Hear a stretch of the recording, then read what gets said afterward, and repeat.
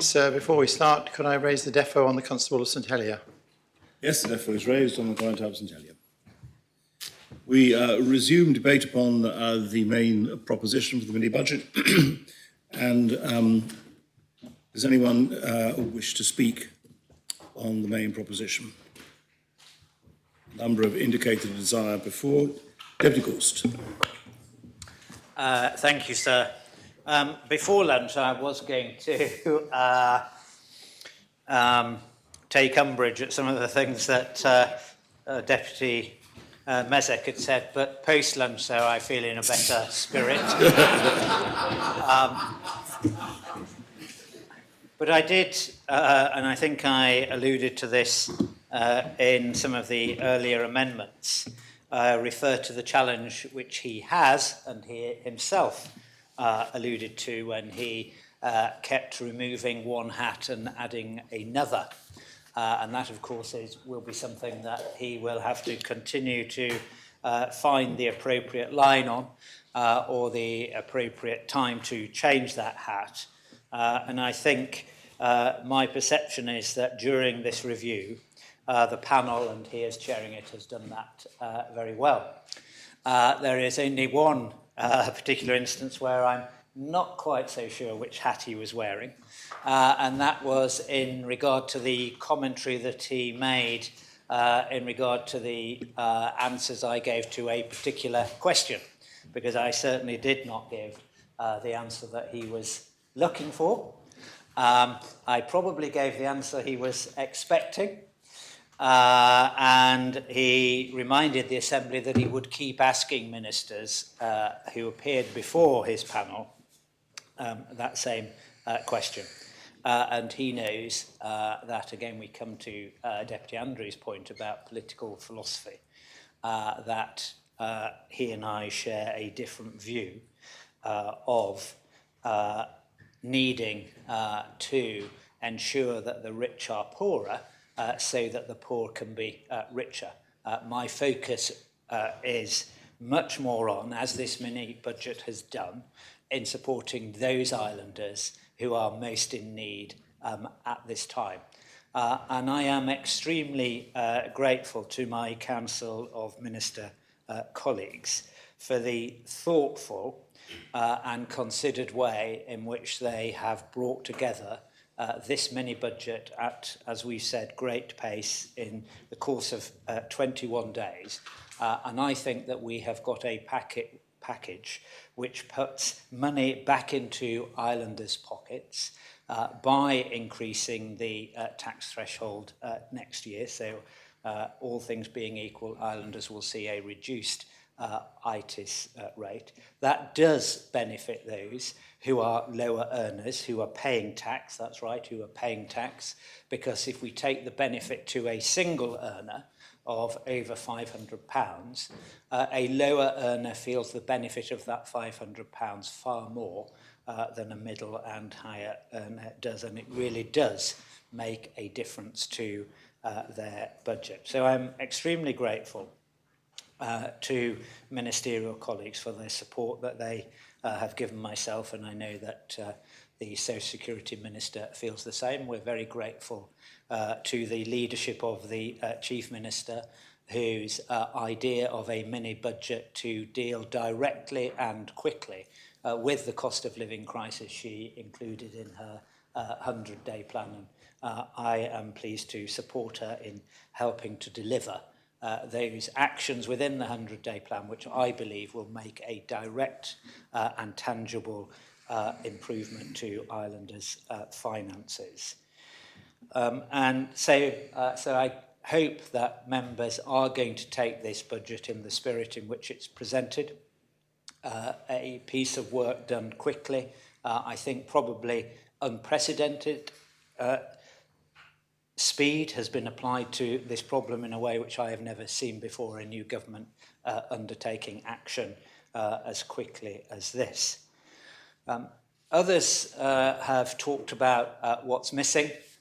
We can always find something else that we might like to have put in, but we did what we could to the maximum and greatest benefit within the time scale which we were rightly constrained by. This is unapologetically a budget to help individuals and families across our community. It was not directly focused on business for that reason.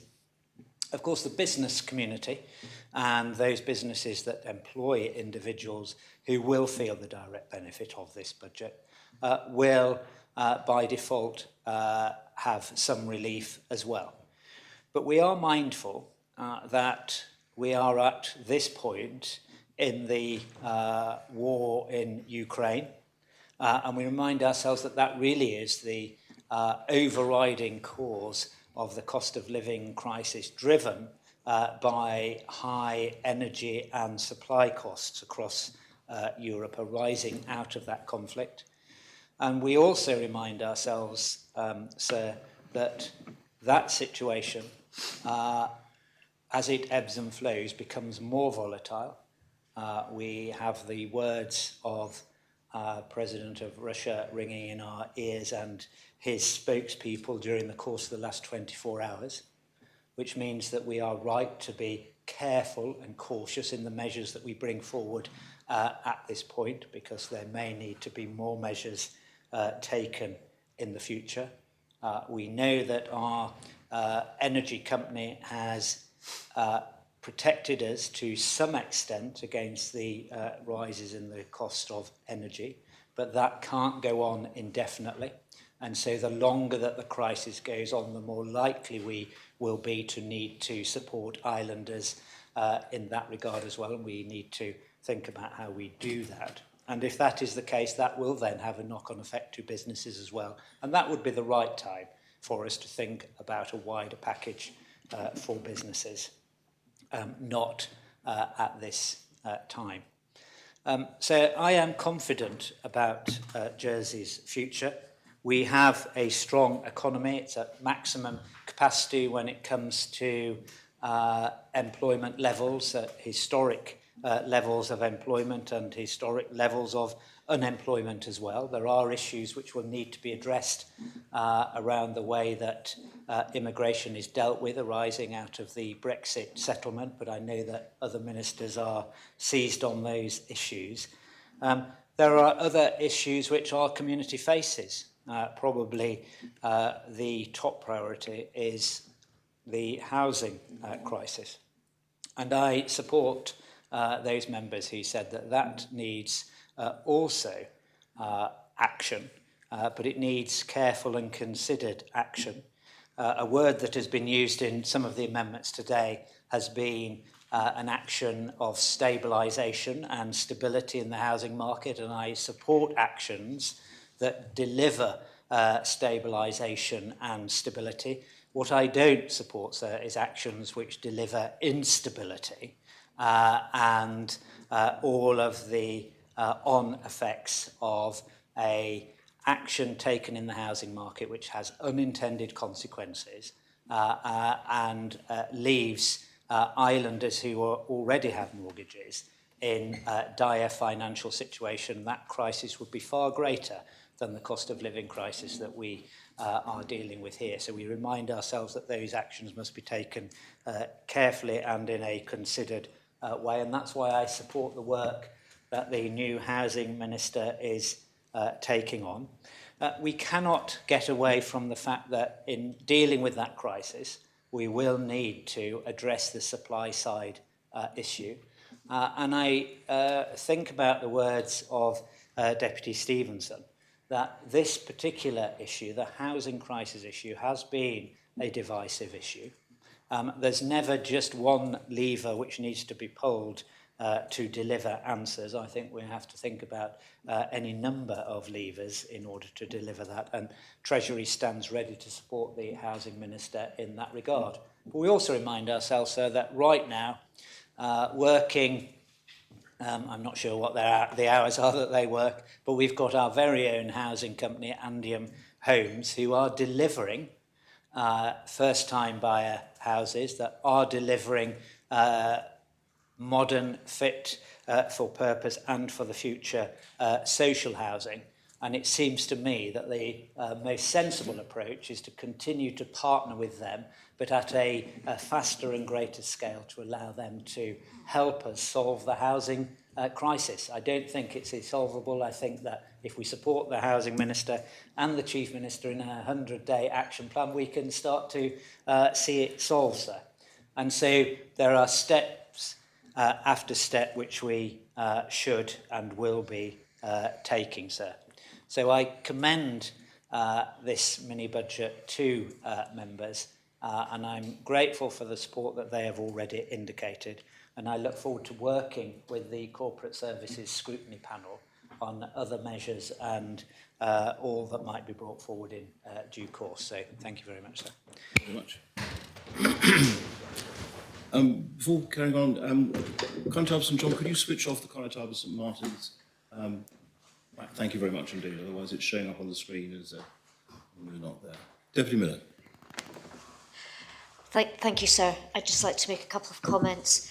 One of the things I would like to emphasise is that this mini-budget does involve payments being made directly to individuals who are entitled to them.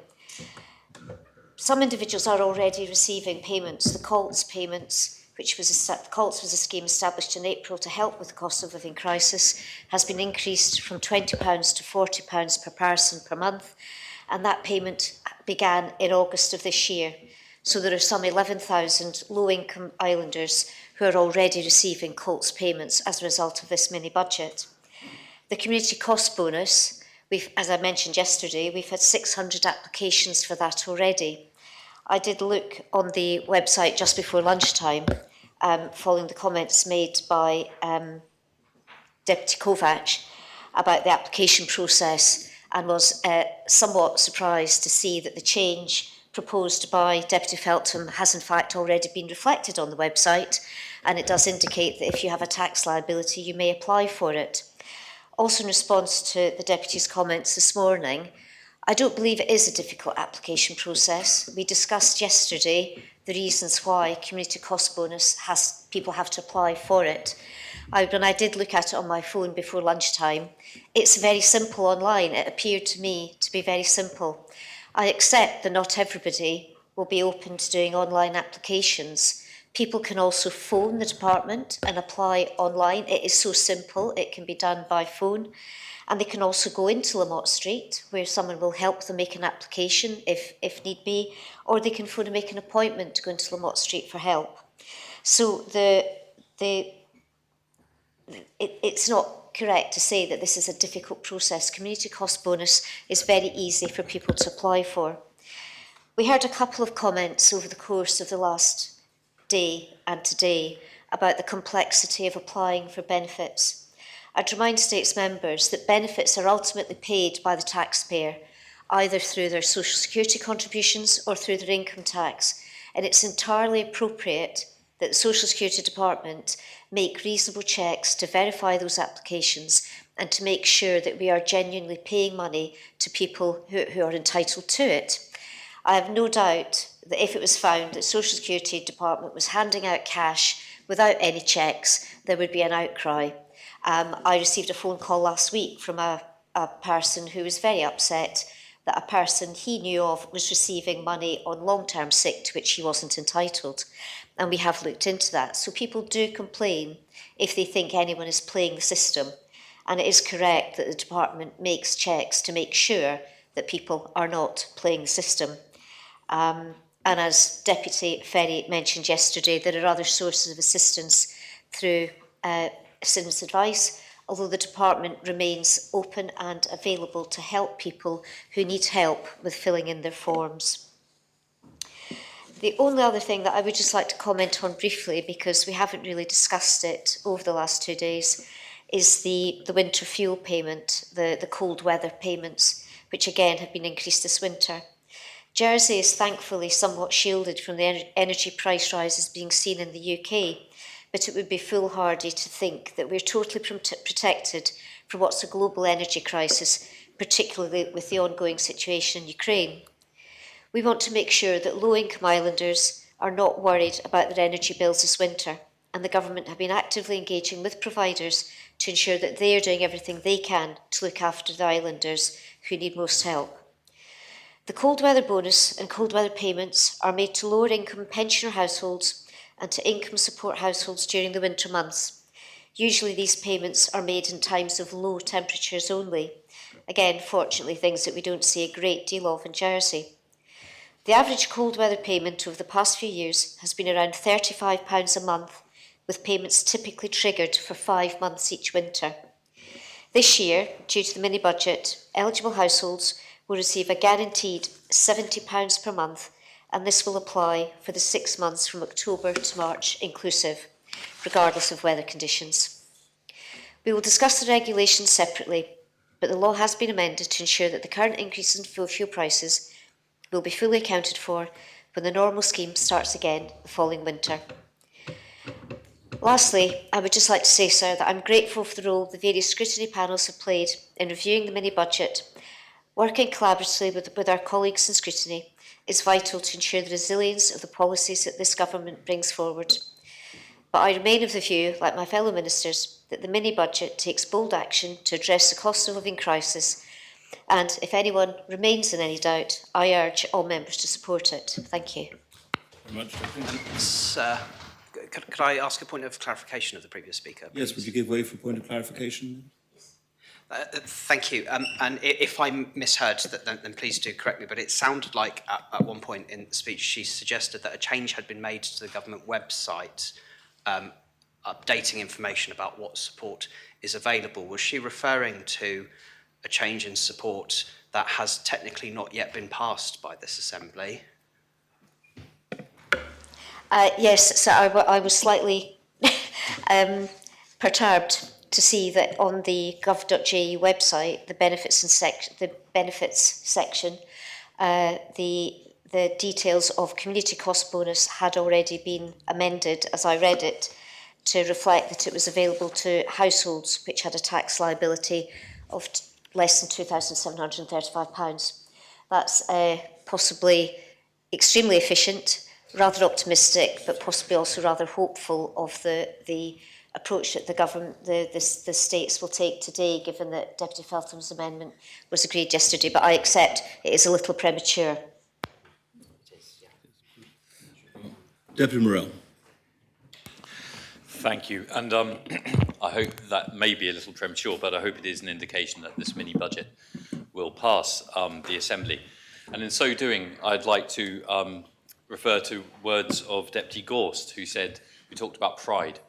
And I think should the mini-budget pass by the Assembly, it would be right to be proud of that mini-budget, because the election that I took part in a couple of months ago was one in which the islands called for action.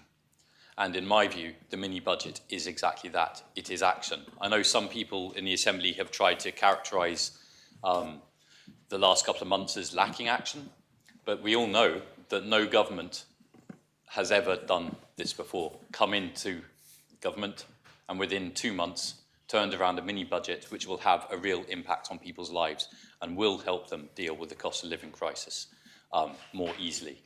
And in so doing, that's through the tax cuts, effectively tax cuts by increasing the rate, the thresholds, but it's also by the benefits increases, which the Social Security Minister so ably listed just now.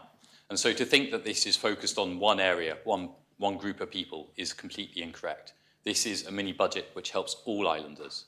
And as a result, I think we should be proud. I'd also like to refer again to Deputy Gorst, who touched on a point which I wanted to make as well, which is about businesses. This isn't a mini-budget which directly gives something to businesses in that direct fashion, and it's not designed to be. That's not the point in this mini-budget. But if islanders are able to find it somewhat easier to live in this island, to pay their bills, to live the standard, the quality of life that they want to live, then they are much more likely to stay here and continue to work in the businesses that so desperately need staff. And so it does help businesses, and it should be seen as helping businesses. So, sir, I'll leave it at that, but I ask the Assembly to support this mini-budget, and in doing so, every single member of this Assembly can be proud that we have taken action so very quickly into this term of office. Thank you, sir. Does any other member wish to speak on the proposition? Constable Trinity. Thank you, sir. And like Deputy Morell, I'm proud that the government have brought forward this mini-budget in short order, and I'm sure those beneficiaries of the increased benefits will be eternally grateful. But I would pick up on his comments about industry and the sectors, and my appeal is to both the Economic Minister and the Treasury Minister to spare a thought for the farmers, who are going to have to pay their workers an average of £50 a week, at least more per week. Yet we don't pay any more for our potatoes today than we paid probably 10 years ago. And if you need a reminder of food security, I walked back from here last night, popped into one of the supermarkets on King Street and was staggered at the amount of empty shelves. And we need to support our farming industry, and I would really appeal to the ministers to bring forward proposals which actively support our farming industry before it is too late. Go for a drive through the countryside today and see how many fields are lying fallow because they haven't got the workers and they haven't got the incentive to grow crops here. So with that, I'd say thanks to the government for doing what they've done, but there is some more work that really urgently needs to be done to support our agricultural industry. Thank you, sir. Deputy Ferry. Thank you, sir. Much has been said about the communications around the benefits, particularly community cost bonus, winter fuel payments and cold weather bonus. And we have been working up a plan, a communications plan, not least with utility companies, namely the JEC, who head up a group of charities and other partners to help communicate a clear message when this is finalised, who will be eligible, how to seek that support. And like the Social Security Minister, I can confirm that the online process is simple.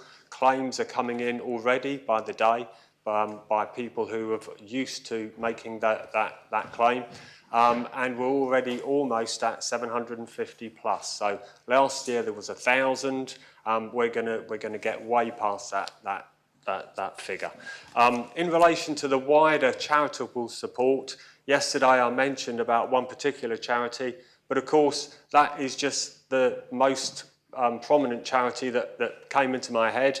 There are many other partner charities who will be working with us, not least Salvation Army, St Helier Methodists, Caritas, Community Savings Limited, who are all part of charitable groups that work together to communicate consistent messages. So we want to work with those trusted partners and with those utility companies who know their clients, know the people are going to need that support and are happy to provide good, clear information on who can claim that benefit. Thank you, sir. Thank you very much. Does any other member wish to speak on the proposition? No other member wishes to speak on the proposition. I close the debate and call upon the Chief Minister to respond. Thank you, sir, and I would like to thank all members for their contributions and support so far for this suite of measures which we propose to ease the cost of living issues that islanders are facing as winter approaches. There have been some interesting debates and some thought-provoking amendments. At its heart, this mini-budget has been targeted to follow the OECD guidance and puts money back into the pockets of many islanders of all age groups, workers, and also those who rely on fixed incomes. The aim is, of course, to do so as quickly as possible, rather than trying to contain price rises through legislation. This also supports businesses who will themselves be facing rising costs along with the pressure to meet inflation and salary increases by taking some of that strain for them, as Deputy Morell just described. We do this because we understand that the cost of living is impacting households across the island, and this is putting pressure on our ability to recruit and retain skilled people in jobs in both the public and private sector, and to keep families together within our community. We do this because we understand that every household faces different pressures. For example, some will rely on a gas supply to heat their homes, whereas others use electric or oil. We have sought to introduce broad measures supporting all islanders, but especially those who are more vulnerable to sharp increases in prices. This mini-budget ensures that islanders have more money to spend, and it has been timed to effect change ahead of winter, as well as ensuring that effective rates will be changed to increase pay packets as of the 1st of January. Deputy Kovacs concerns about the reduction in social security contributions is an example of exactly why we sought to only do this over the Q4 period of this year. And the Assembly quite rightly rejected Deputy Catherine Curtis's amendment to continue social security reduction, along with the increase of tax allowances that this mini-budget will deliver for the first quarter of next year. With regard to the Social Security Fund position, which was also raised as a matter of concern, that, sir, will have to be part of our longer-term thinking, and it is most certainly something that is not forgotten by this government. I'm particularly proud that the Social Security Minister's proposal to double the community cost bonus to £516 and her determination to communicate that bonus to ensure that members of the public who are eligible come forward to claim it.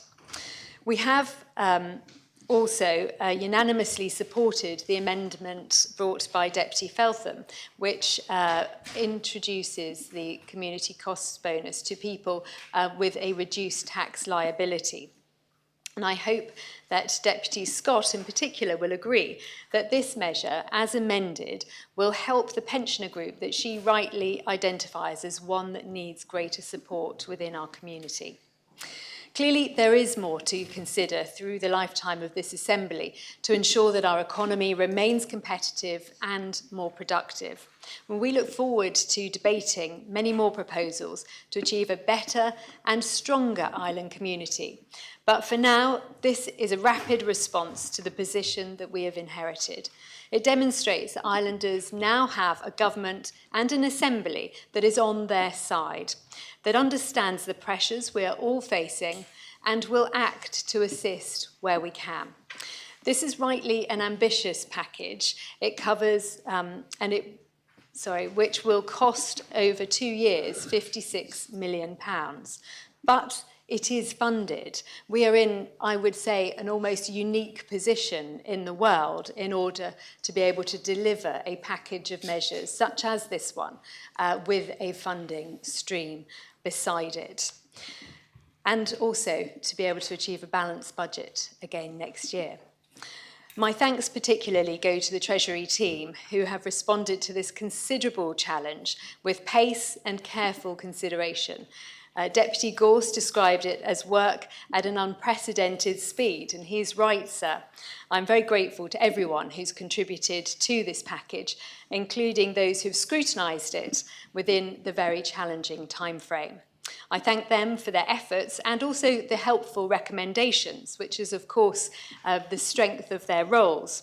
One of those recommendations was a reminder to deliver early on the agreement of the previous Assembly to include CREAs. If members have had an opportunity to look at the Children's Rights Impact Assessment, they will see that this mini-budget supports children by assisting their families in boosting their disposable income. But we remain on watch. We will continue to listen and we will continue to respond as necessary, particularly as the Housing Minister set out in relation to affordability and the supply of affordable homes. Let's not forget that we are today 71 days into the term of office. We have a government plan and a common strategic priorities paper to lodge by the 4th of October. And of course we will do that. And then we get on to the business that we have committed to delivering and responding to over the next 4 years.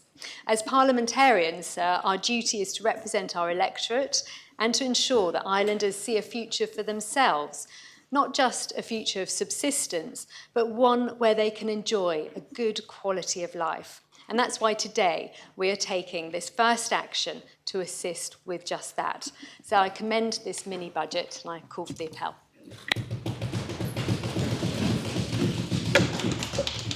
That is called for. I invite members to return to their seats. I ask the greffier to open the voting and members to cast their votes. All right. Okay. I think it's working now, so members to cast their votes.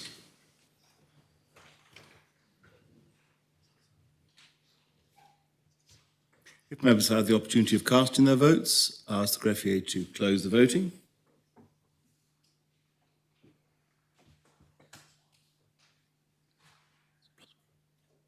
And the proposition, the mini-budget, has been adopted. 46 votes pour, no votes contre, no abstentions.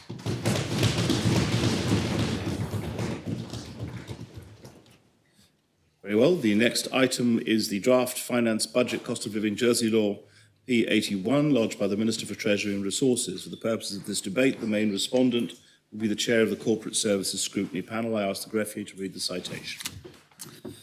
Draft Finance Budget Cost of Living Jersey Law 2000, a law to amend the personal allowances released in the Income Tax Jersey Law 1961 and to amend the commencement of amendments to the Goods and Services Tax Jersey Law 2007 made in the Finance 2022 Budget Jersey Law 2022. The States, subject to the sanction of His Most Excellent Majesty and Council, have adopted the following law. Minister. Thank you, sir. As those members who've sat in this chamber before will know, this is the legislative change to give effect to the tax changes which has just been approved earlier in this sitting. So it increases the personal allowances, the thresholds, and delays the requirement for offshore retailers to register under the GST law. And I propose the principles. Are the principles seconded? Yes, sir. Does any member wish to speak on the principles? Those in favour of adopting the principles kindly show. Those against? Principles are adopted. Does the Corporate Services Scrutiny Panel wish to scrutinise the matter? No, sir. How do you wish to propose the articles, Minister? I'll propose them en bloc, if I may, sir. They are straightforward in the order as described in the legislative amendment. Thank you. Are the articles seconded? Yes. Does any member wish to speak on the articles or any of them? All those in favour of adopting the articles kindly show. Those against? The articles are adopted. You propose in third reading, Minister. If I may, sir, and just echo the words of the Chief Minister in grateful thanks to not only the colleagues in my department, but the policy support colleagues for the Social Security Minister. As the Chief Minister said, they worked at pace. I think they've done us proud, contrary to sometimes the popular opinion of civil servants, but they have helped ministers and in their way served islanders and supported them in this time of great difficulty. So I thank you. I maintain the amendment in third reading. Is it seconded for third reading? Does any member wish to speak in third reading? Those in favour of adopting the law in third reading? So could I call for the appel, please? The appel is called for. Invite members to return to their seats. Ask the greffier to open the voting. And members to vote.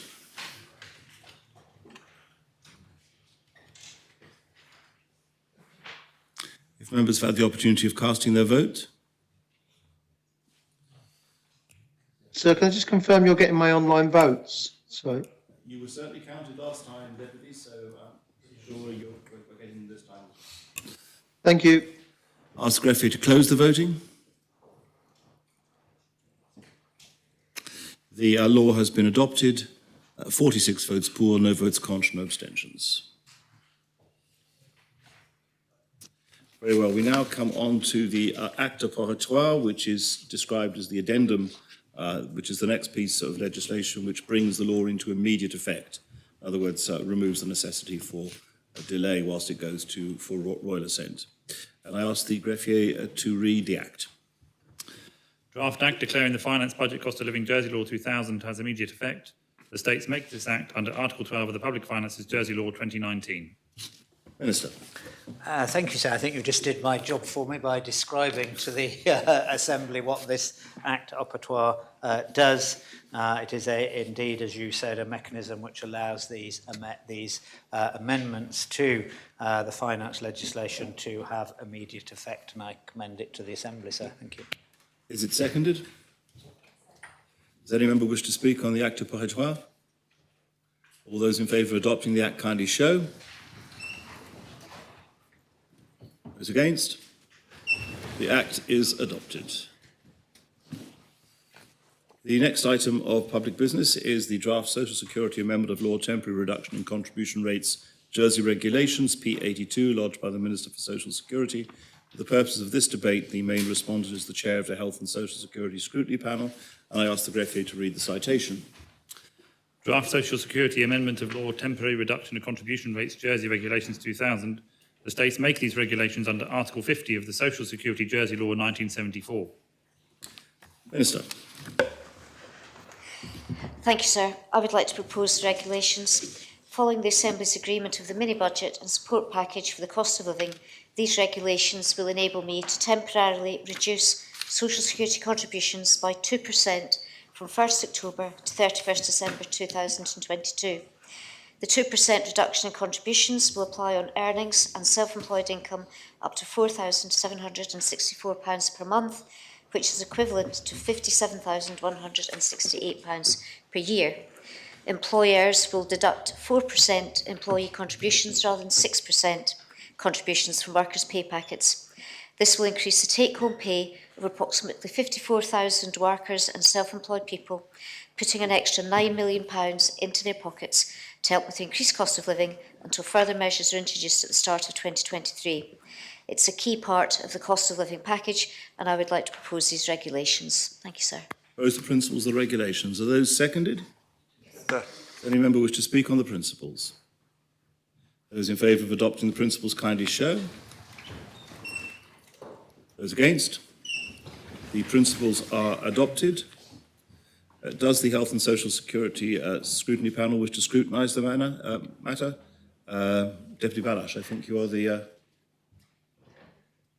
second after Deputy Southern.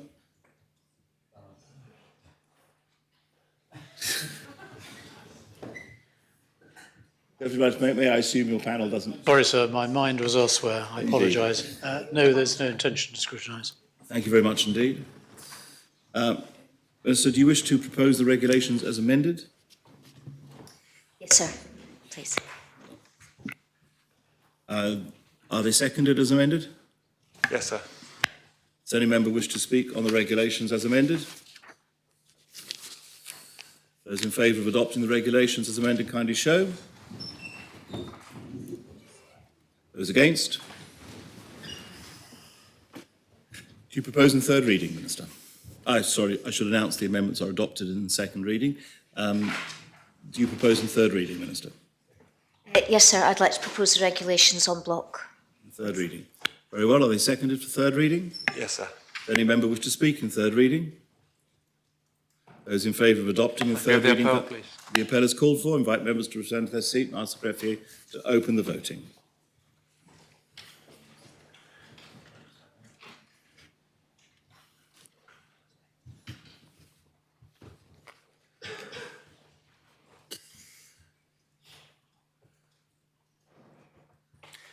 Members have had the opportunity of casting their votes. Then I ask the greffier to close the voting. The regulations have been adopted. 46 votes pour, no votes contre, no abstentions.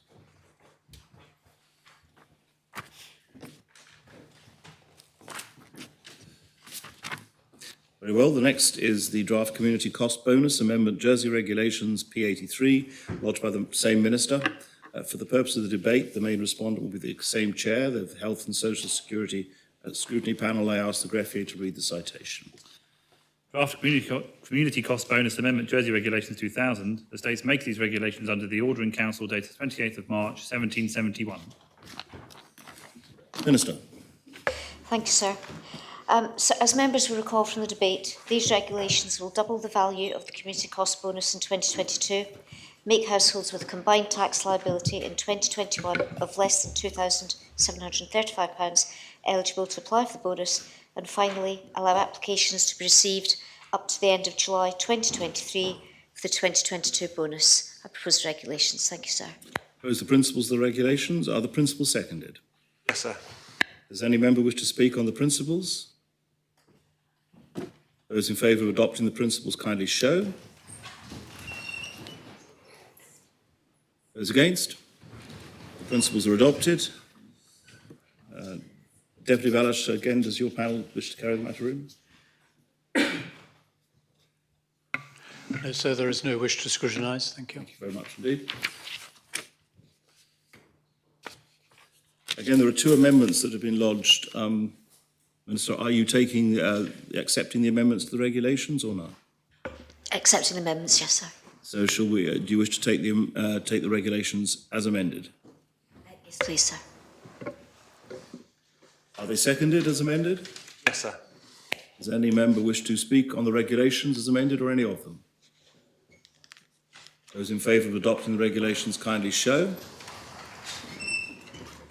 Those against? You propose in third reading? Yes, sir. Are they seconded for third reading?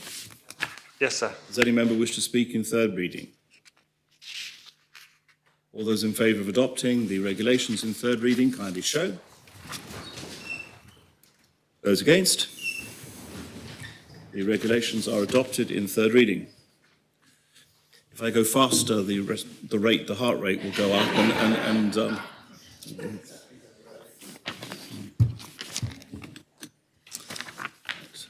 the next is the cold weather bonus, draft cold weather bonus payments, miscellaneous amendments, Jersey Regulations P84, lodged by the same minister and with the same Health and Social Security Scrutiny Panel as main respondents. And I ask the greffier to read the citation. Draft Cold Weather Bonus and Payments Miscellaneous Amendments Jersey Regulations 2000. The states make these regulations under Articles 8 and 18 of the Income Support Jersey Law 2007 and Article 4 of the Social Security Bonus Jersey Law 2014. Minister.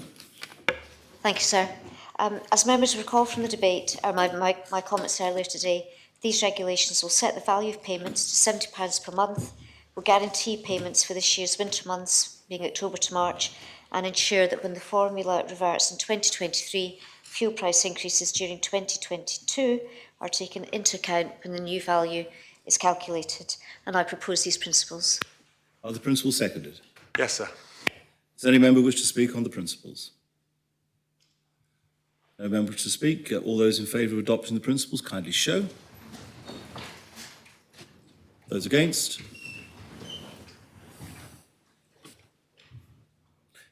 Again, Deputy Balash. No wish to scrutinise, sir. How do you wish to propose the regulations? I propose regulations en bloc, sir. Are they seconded in second reading? Yes, sir. Does any member wish to speak in second reading? Those in favour of adopting the regulations in second reading kindly show. Those against? They are adopted in second reading. Do you propose the matter in third reading, Minister? Yes, sir. I propose. Are they seconded for third reading? Does any member wish to speak in third reading? Those in favour of adopting the regulations in third reading kindly show. Those against? They're adopted for third reading. In case the newer members are getting the impression that things move horribly fast in this assembly, most votes don't happen this quickly. Very well. The next is the Estates of Jersey Development Company Limited appointment of non-executive director, P85, lodged by the Minister for Treasury and Resources. The main respondent is the chair of the Corporate Services Panel, and I ask the greffier to read the citation. The states are asked to decide whether they are of opinion: A, to to appoint Belinda Crosby as an additional non-executive director of the States of Jersey Development Company Limited for an initial period of 3 years, in accordance with the Memorandum and Articles of Association, to take effect from the delivery to the company of the notice referred to in paragraph B below. B, to authorise the greffier of the States for and on behalf of the States to deliver a notice to SOJDC in accordance with Article 21B of the Memorandum and Articles of Association to give effect to such appointment. Minister. Thank you, sir. Members will have read the CV of Ms Crosby from the proposition lodged. They will note from the Deputy Greffier's reading out of the proposition that it complies with the Articles and Memorandum of Association which were approved by this Assembly when they adopted P70 on the 14th of July 2020. It would seem to me, sir, that Ms Crosby is eminently suited to be a non-executive director of the SOJDC. She served on several local boards with specific interests in real estate and private equity. She's also currently a member of the Audit and Risk Advisory Panel at the Office of the Children's Commissioner for Jersey. So her experience is broad, and I think she's an eminently suitable person for this Assembly to approve. Thank you. Is the proposition seconded? Yes. Does any member wish to speak on the proposition? Those in favour of adopting the proposition kindly show. Those against? The proposition is adopted. We now come to the composition of the Rent Tribunal, P89, lodged by Deputy Southern. The main respondent is the Minister for Housing and Communities, as with Deputy Southern's amendments earlier in accordance with Standing Order 68A, and notice has been given to the greffier. The Deputy Mezek will take this forward on his behalf, and I ask the greffier to read the citation. The States are asked to decide whether they are of opinion to request the Minister for Housing and Communities to amend Article 3 of the Dwelling Houses Rent Control Jersey Law 1946 as amended, to appoint a rent control tribunal which is constituted as follows. A, 1 member to act as chair of the tribunal. B, 1 member to represent landlords. C, 1 member to represent tenants. D, 1 member to represent Andiam Homes as the Government of Jersey's largest social homes provider. And D, 1 member from the charitable sector with an understanding of homeless consumer issues. Very well. Deputy Mezek. Thank you, sir. I guess I should start by, in his absence, thanking Deputy Southern for the work that he did to put this proposition together. He did so extremely quickly after the news was released about the proposed makeup of the Rent Control Tribunal, and certainly when he explained his intentions to me, I was impressed, as I usually am, at how he puts his long experience in this Assembly to good use, knowing how to make a positive impact when these issues arise, to try and make good out of a bad situation. And I'm sorry to say that it does start with a bad situation. The reason for this proposal being brought forward is that, I'm sorry to say, but when it comes to the Rent Control Tribunal, we are heading towards a car crash. What is proposed by the government is not adequate, and it is setting us up to have a amount of time and resources wasted to not get to a good outcome, which we want, which is to have some form of tribunal in place for those in the private rental market to seek assistance or adjudication from when faced with a dispute which otherwise could cause great hardship or difficulties for landlord and tenant relationships. So in making this proposition, we're asking that the 1946 law for the Rent Control Tribunal be altered so that it is required as a matter of law to have a balanced makeup. It currently has no such stipulation in it, and what is proposed by the Housing Minister is an unbalanced tribunal which will not command the confidence of the people who need to benefit from this tribunal. That's problematic on its own, because it means that few cases will be taken to this tribunal. It's bad enough that tenants will know that they can simply be subjected to a revenge eviction for which there is no route of appeal and no protection from if they take a case to the Rent Control Tribunal, but they will, and that is, of course, bad enough, but it's the stated intention of the Minister that one of the purposes of this Rent Control Tribunal will not just be to hear cases that come before it. They will not have much time dedicated to that, let me assure you, but it will be to help formulate proposals for an updated law to provide a more fit-for-purpose Rent Control Tribunal. That is, of course, a perfectly acceptable role to put on a Rent Control Tribunal, but not acceptable to do when such a tribunal is proposed, which is unbalanced. We must address that issue from the start, and if a Rent Control Tribunal is to do that work in providing proposals for a better form of tribunal, its membership should be balanced from the start, and it should not be, as is currently proposed, unbalanced. And I can say this making no personal remarks about the members who are proposed as individuals. Most of them I don't know. I only know one of them, that is the proposed chair, who in my view is a perfectly, I was going to say perfectly acceptable candidate for the role. He's better than acceptable. He's an excellent choice to be chair for that role. But one member who's proposed holds a role which is not compatible with also holding a role on a Rent Control Tribunal, and that is to be the chair of a membership organisation whose members may be subjected to claims against them through this process. So that is not a personal remark about that person's integrity or capabilities. I pass no comment on that at all. It is simply by virtue of holding that role, the head of a membership organisation, that he cannot hold the role here, because there will at the very least be a severe perception of a conflict of interest. So I think the best analogy to use there would be, it would be like having the president of the police officers' trade union being a member of the Police Complaints Authority. It would be completely unacceptable there, because they would also be representing a membership whose conduct would be potentially brought before that body. It is inappropriate. And the Minister, in my view, ought to think about that again.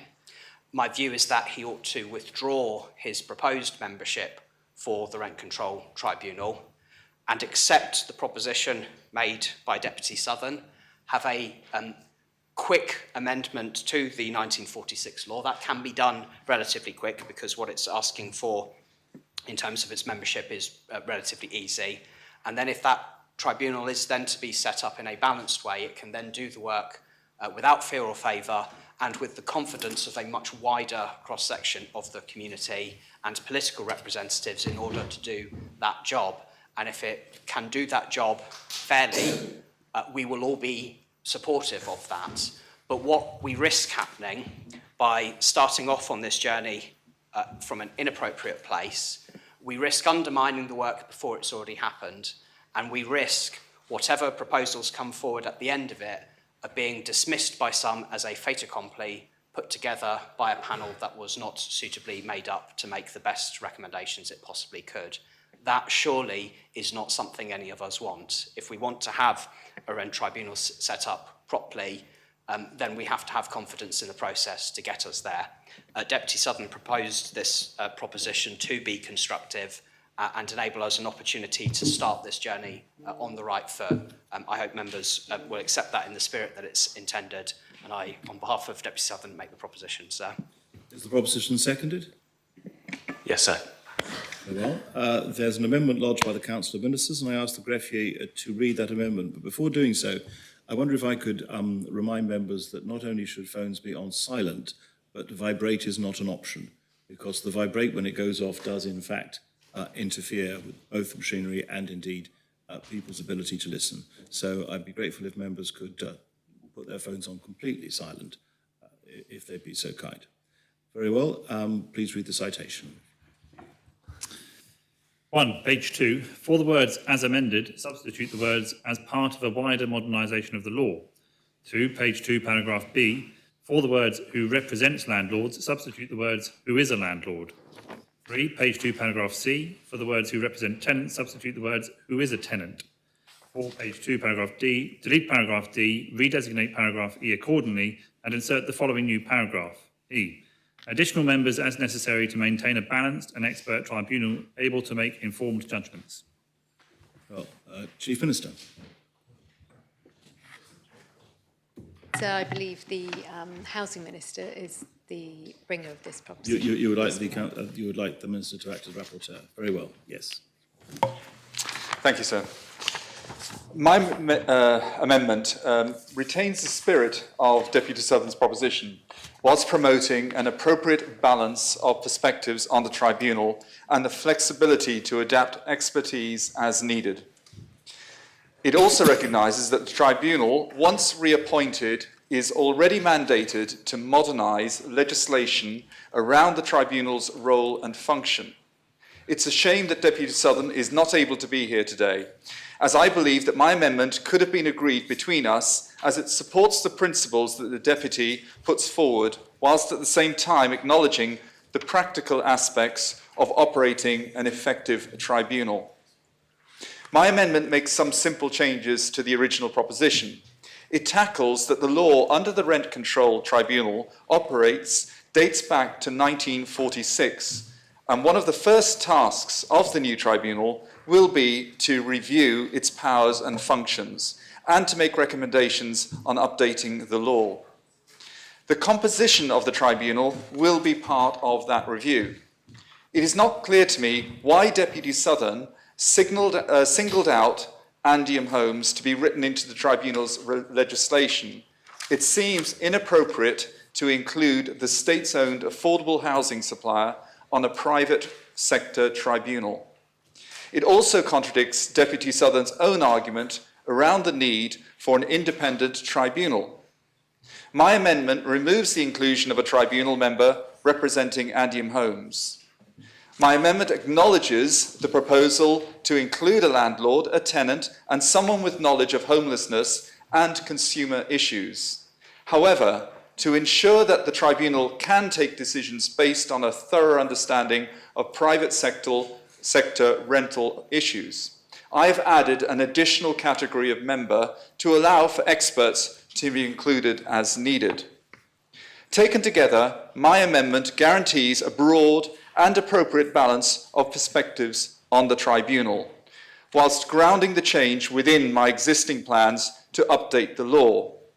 So, to sum up, whilst I have shown a willingness to embrace the spirit of the proposition, I cannot support it as originally drafted. My amendment provides a balanced way forward and will be incorporated into my existing plans to start work on modernising the tribunal as soon as the members are appointed. I respectfully urge members to support my amendment. Is the amendment seconded? Yes. Does any member wish to speak? Deputy Mezek. Thank you, sir. And the Minister used a phrase which I made a note of, which was that this amendment will allow him to ground change in his existing plans. Sir, parts 2, 3 and 4 of this amendment are not particularly problematic. Sir, it is our view that it is right that Andium be represented on this tribunal for the very simple fact that they have extremely good expertise in this area. I had a recent catch-up with an officer at Andium very recently, and he reminded me that one of his first jobs in this area was actually as an officer for the old Rent Control Tribunal when it existed. They know what they're talking about, they know how these things work, and they also understand the economics of this as well because they're a large provider. They are very well placed to make an extremely positive contribution in this area. However, if it is the view that there's a more sensible way or more open way of providing membership to this tribunal for somebody who has good expertise, and maybe that'll be someone associated with Andium, maybe it'll be somebody associated with something equivalent, that's not a problem. So parts 2, 3 and 4 on here not so much a problem there, although it remains our preference that Andium are represented on because we have certainty that they have excellent expertise here. But I'm afraid that part one of this amendment is problematic, and I urge members to oppose it.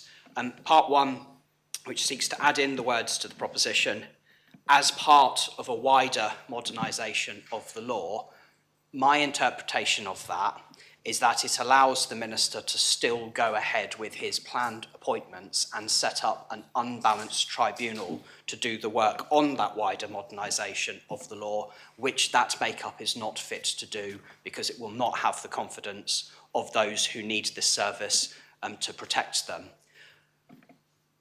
And for that reason, I hope that members will reject that part of the amendment and instead require the Minister to start this process on the right foot, not to appoint those who he plans to appoint, because he is setting up the body to, firstly, not be respected by those who we want to respect it, to not have the confidence of those who he wants it to have the confidence of, and to not be able to put forward those wider proposals for change without them being undermined because of that process.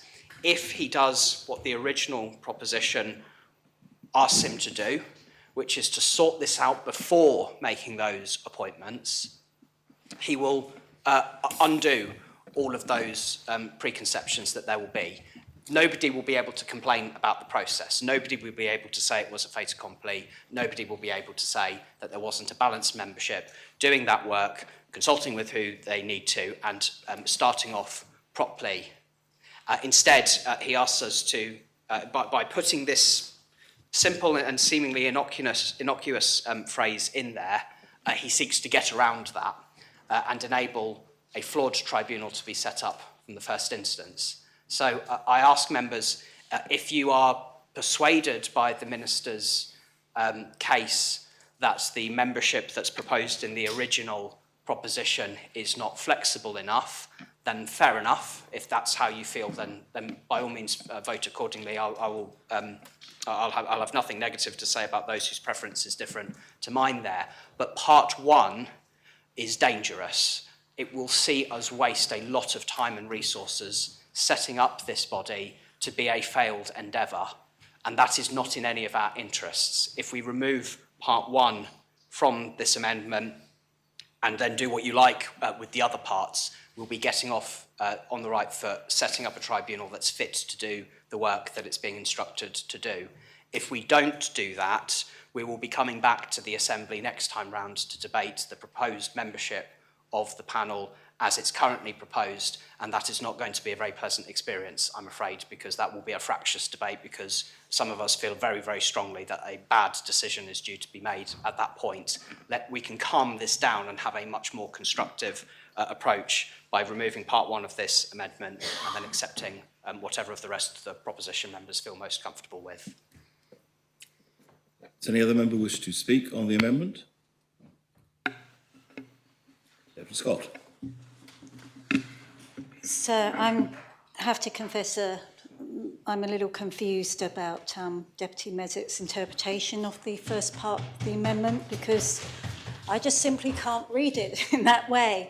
So I wondered if, and I know that he's not able to say if he's taken advice from the Crown officers, but I don't understand how, if I agree that amendment takes place, that this rent tribunal is composed in a certain way as part of a wider modernisation of the law, that somehow I'm proposing a different composition. And I also do very much would like to see a wider modernisation of the law, because, as I've said before, the law needs that modernisation. It only refers to houses and dwelling houses, and we want it, I believe we all want it, to extend to accommodation like apartments. So, and it's not as if it's an amendment's been put in to say, well, let's amend it in this way so that we delete this. So I will be supporting the amendment as proposed amended by the Council of Ministers, because it just makes more sense to me. Thank you.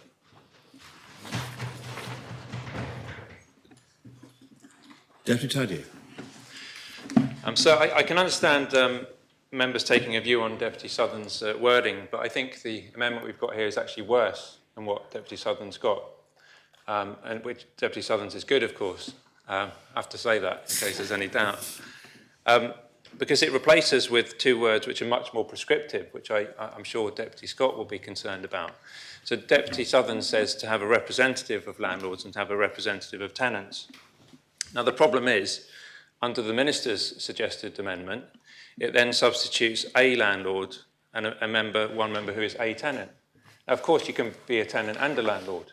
We know it from the declarations we've had in this Assembly. So one person could theoretically fulfil those two roles. Entirely possible. What does the Minister do if the best person for the job, because what we've got here is a quota system being put in. We've got the Council of Ministers saying, we think rather than having the best people for the job apply for the role, I mean, I don't even know why they've gone down a quota route. That's what Deputy Southern thinks is a good idea. So do I, to have a composite system, and he's amended what the Minister was originally proposing. The Minister's saying that I need one landlord and one tenant. They may not be the best people for the job. It may be that the best person for the job is somebody who's both tenant and landlord. They might just be a homeowner.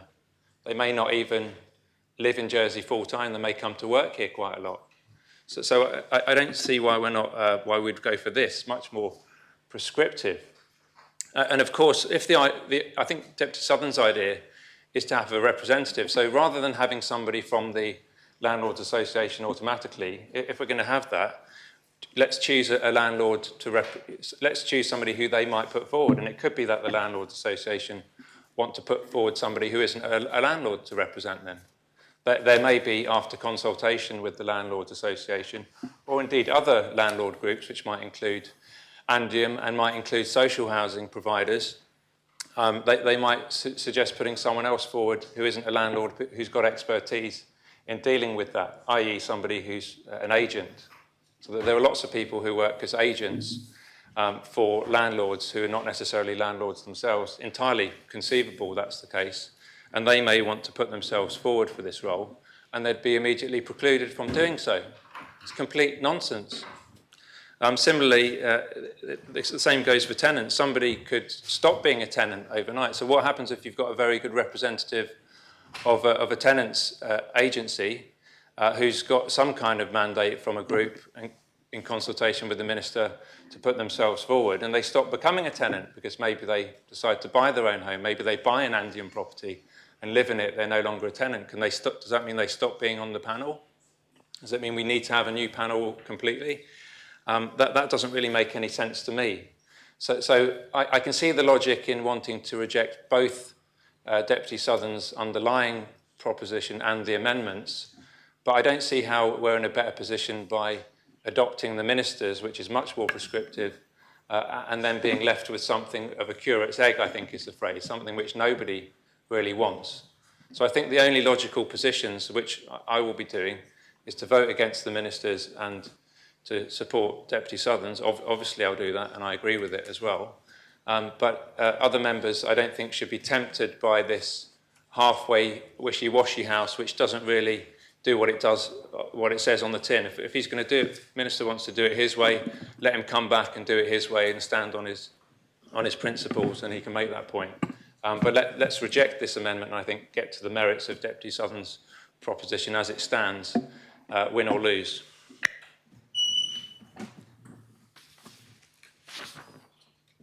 Does any other member wish to speak? Deputy Morrell. Thank you, sir. I'm really pleased Deputy Scott spoke, because she articulated my confusion as much as I'm sure many other members' confusion as well. But it's actually directly in response to Deputy Tadier that I stand to speak. And that is with regard to this, effectively the removal of the word represent, which is what the Housing Minister has done. And there is a very good reason for that. And that is the Rent Control Tribunal is not there to have the views of one area represented and the views of another lobby group represented. The Rent Control Tribunal is there to look at particular cases and to decide whether, in that case, the rent is wrong should be adjusted, whether the contract is wrong should be changed. And it is the experience of the people as a landlord, as a tenant, that the Rent Control Tribunal is pulling on. It is not there. I would be really worried if the Rent Control Tribunal was there to be politicised by having groups representing another group. That was the mistake that the Housing Minister is trying to change here and is trying to correct. We don't want a politicised Rent Control Tribunal. We want a Rent Control Tribunal applying the benefits of its experience to determine whether the rents being charged in individual cases are fair or not. And that means we have someone who is a landlord, they can bring that experience. We have someone who is a tenant, they can bring that experience. But they do not represent landlords and they do not represent tenants. That's what's really important here. There's also the other bit, which is Senator Mezek said that Reform Jersey were quite happy with parts 2, 3 and 4. So I think that said us all as well. There's some confusion there. But that's the reason the word represent has been dropped. It's really, really important. It's the experience that's important, not the representation. Thank you. Yeah. Connor St Mary. Thank you, sir. Members may be surprised that I have measures of sympathy with what Deputy Tallier has just said. I hear what Deputy Morell has replied, but I can see that a representative of a landlord or representative tenant may in fact have far more experience than one individual landlord. And I think it actually is I would be happier if there was a representative of a landlord and a representative tenant. They must bring broader scope to the situation. And I'm therefore in a difficult situation. I simply wonder at this stage whether each item will be taken separately, sir, so we'll can vote on the individual paragraphs. Well, that's entirely a matter for the Minister who brings the amendment. He is entitled to require that it's taken as a single amendment, or they are quite capable of being taken separately in terms of their interpretation. So it's a matter for him as to whether he wishes to take them separately or not. Well, I'll leave it to the Minister then, but I have difficulty in the amendment as is. Thank you, sir. Does any other member wish to speak? Deputy Miller. Thank you, sir. I share Deputy Morell's concerns with the use of the word represent. It seems to me that it will create a polarised view on the tribunal, with one person saying, I'm here to represent landlords and I must take one view, and another person saying, I'm here to represent tenants and I must take another view. That will not, to me, result in a harmonious working environment and a constructive working environment for that tribunal. I haven't checked the law, but my recollection, sir, of the Employment Tribunal is that it requires one member to have experience of being an employer or acting for employers, and another member to have experience of being an employee and acting for employees. And as Deputy Morell suggests, what we need to establish here is someone who has experience of being landlord or experience of being a tenant and can approach it with that view, rather than representing one group over another, because I think that's just an argument waiting to happen. Thank you. Deputy Ward. Thank you, sir. Sorry, the delay, because I have to remember to switch my microphone on. So this is, I actually like to thank Deputy Tallier for raising the point that he did regards which is effectively the semantics of this. I don't agree with Deputy Morell that if you have the word representative, it becomes some politicised, automatically conflicting process. And the same with Deputy Miller. It does seem to be that what we've got at the moment is a developing culture whereby anyone who purports to represent or say on behalf of someone is politicising. And that seems to be negated. And that worries me enormously, because I think what we're doing is we're watering down the effectiveness of people's experience. For a long time, I think the representation of landlords has been very strong. Now, that's not a political representation, it's an interest representation. And that interest, we don't live in a vacuum of non-interest, where we walk in as a tabula rasa to every situation. We come with experience and we come with a view. And if we don't, to be quite honest, I don't know why we're here. And with the Rent Tribunal, I think the wording from Deputy Southern gives what is a balanced representation of different views. from which a consensus can then be developed. Not having a view or not representing doesn't produce consensus. Representing, discussing, understanding, that will produce a consensus in the end that will come up with a meaningful law. And it does seem that this rent control tribunal with the amendment has a much larger impact on the modernisation and development of the law. Therefore, it has to be representative. And we are getting into a semantic arguments here, which I think is actually quite important. And as such, I would say that a member to act as a chair, that makes sense. This is the original proposition, and I mention that now, sir, because I think that do I use the word, the juxtaposition between the amendment and the original is where the important understanding is. A member to represent landlords, and that will be the case, because it can't be a single view of one person's experience. That's not going to be healthy at all, because if you have a landlord who's had a fantastic experience of being a landlord with no problem, there won't be an understanding of where there were problems for landlords. A member to represent tenants. If you have one tenant who has had a fantastic experience of being a tenant, it won't necessarily be a view that represents the wider experience of tenants. Now, this is going to be a difficult job for whoever takes on this role because of the situation we are in with housing, but it will need to be done. I think a member to represent Andium Homes is important because it is the largest social homes provider.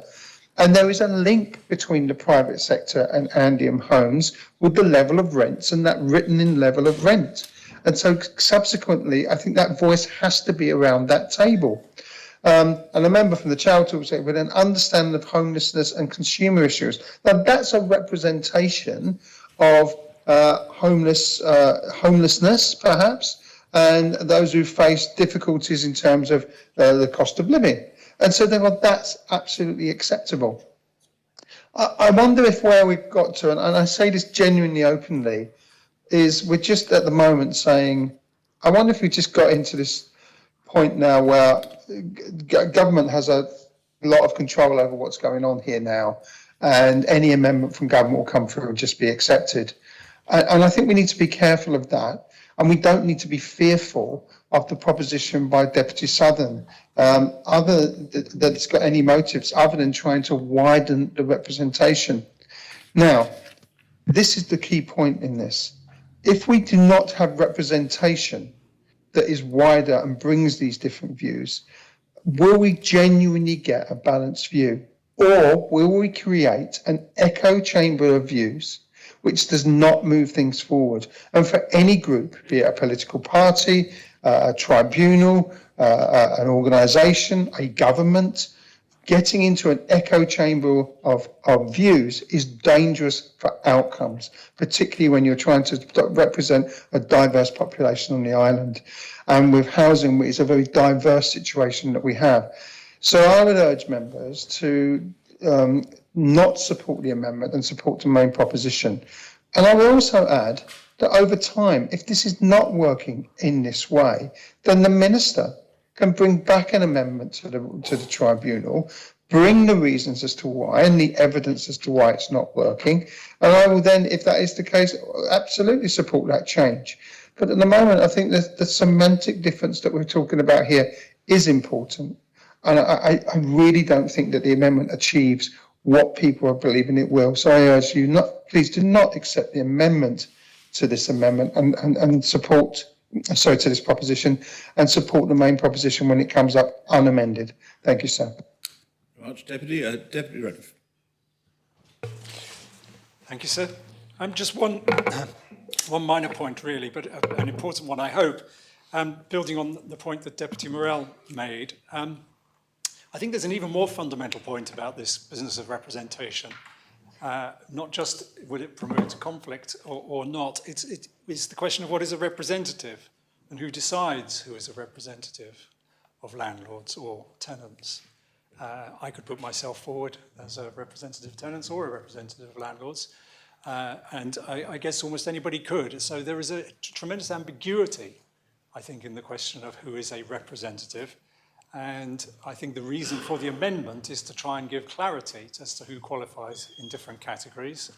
And that's the purpose of the amendment. A paradoxical reading of the original amendment, by Deputy Southern would be that, who is a representative of landlords? Well, probably the preeminent representative of landlords would be the head of the Jersey Landlord Association.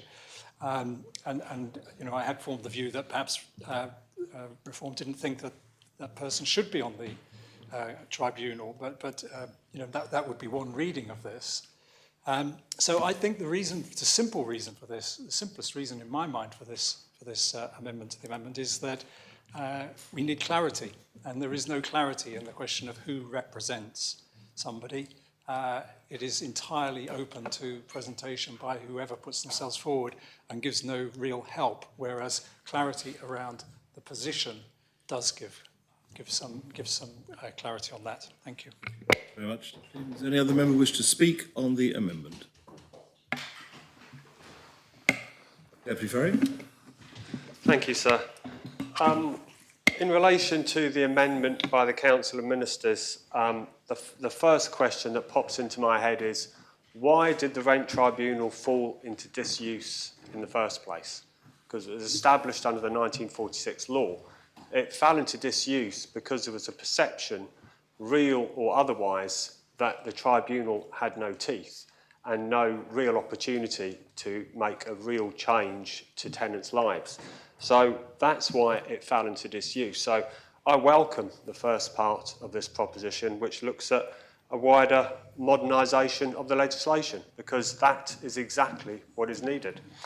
In relation to members who are landlords or tenants, the nearest comparison that I can draw is that of the Employment Forum, who had representatives from different categories, one of whom was an employer, one of whom was an employee, and one of whom was an independent.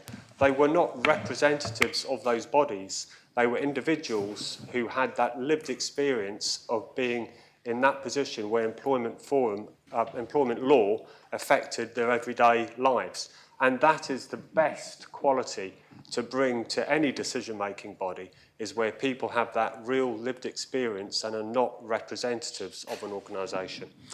In relation to Part E, actually that widens out the scope of Deputy Southern's original proposition with a representative from Andiam Homes, because that person could still fall into Part E if it was deemed necessary, or indeed any other housing provider. Because whilst Andiam Homes are the largest housing provider in Jersey, they are not the only housing provider, and there are many other influential housing providers who could fit that category if needed. Thank you, sir. Deputy Felton. Thank you, sir. I wanted to bring attention back really to part one, because I think we're in danger with talking too much about the semantics surrounding parts 2 to 4, that we're missing the point of actually what's quite a substantial change in part 1. The original proposition was worded in such a way that a relatively quick change to the law could be made. By accepting the original amendment, we will not be stopping wider modernisation of the law, which is planned to happen anyway. If this amendment is approved as is written, what we are in danger of is holding back on the changes to the very important membership of the tribunal itself. We all know that wider modernisation of laws takes a lot of time. We could be waiting a number of years before that law comes back to us.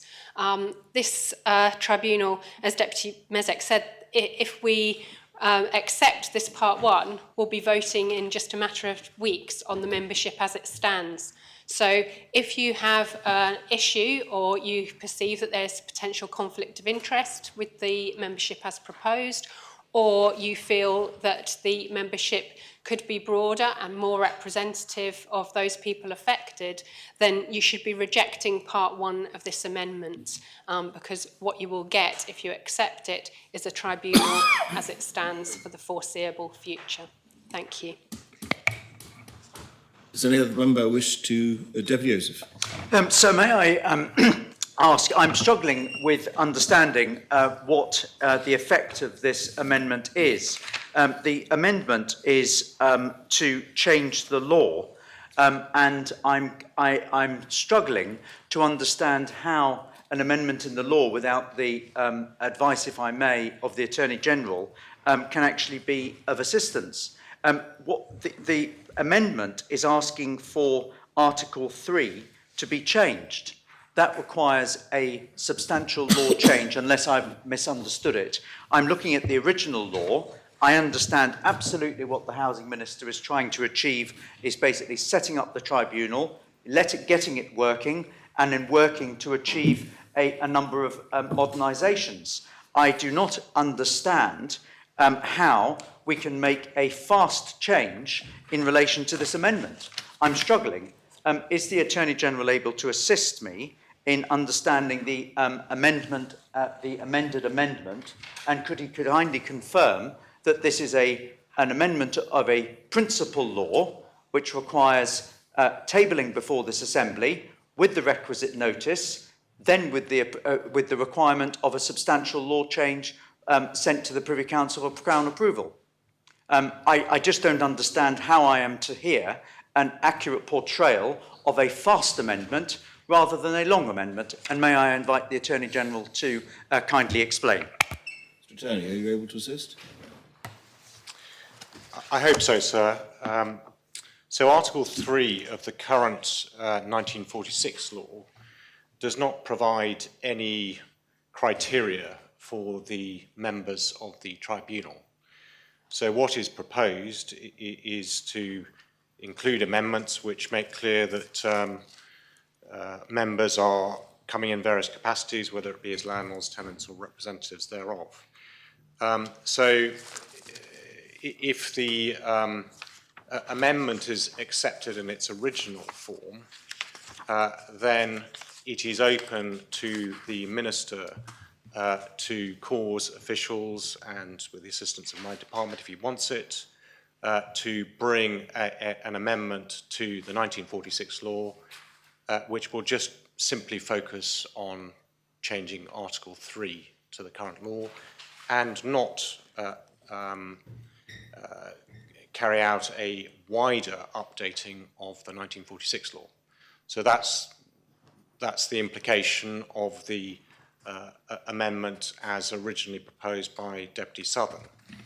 So the Minister's amendment, though, seems, as Deputy Felton, I think, was saying, was that the amendments to Article 3 will be as part of a wider modernisation of the law, so that will take more time. Clearly, the 1946 law does need much attention, in my view. So that process, as Deputy Felton says, would be expected to take a longer time than if the narrower approach of Deputy Southern was followed, which was simply to focus on an amendment to Article 3. So I hope that assists the Deputy in relation to his question. But either way, in my view, it would require an amendment to primary law. So it would be by a proposition that's brought to the Assembly with the requisite notice, whether it be in one part or in two parts, and then it would have to go to His Majesty and Council for approval. Assist you. So for the if I may speak, following that then, sir. Well, yes, it was a question to the Attorney General. You hadn't finished your speech. I was going to ask if we could have a question to the Attorney. Could I ask the Attorney General a question whilst there's a pause in play? Well, if there's a pause in play and it will assist, it may change what you wish to say, Deputy. So shall we have a further question to the Attorney at this point? Yes, very well, Deputy. Thank you, Deputy, for giving way. It's to follow on from that point. I had a similar concern. Is it problematic in any way, either legally or in terms of the process for good lawmaking, that we set up a tribunal effectively and prescribe the membership before we as an Assembly know what any modernisation of the law that they're going to be working in and under is.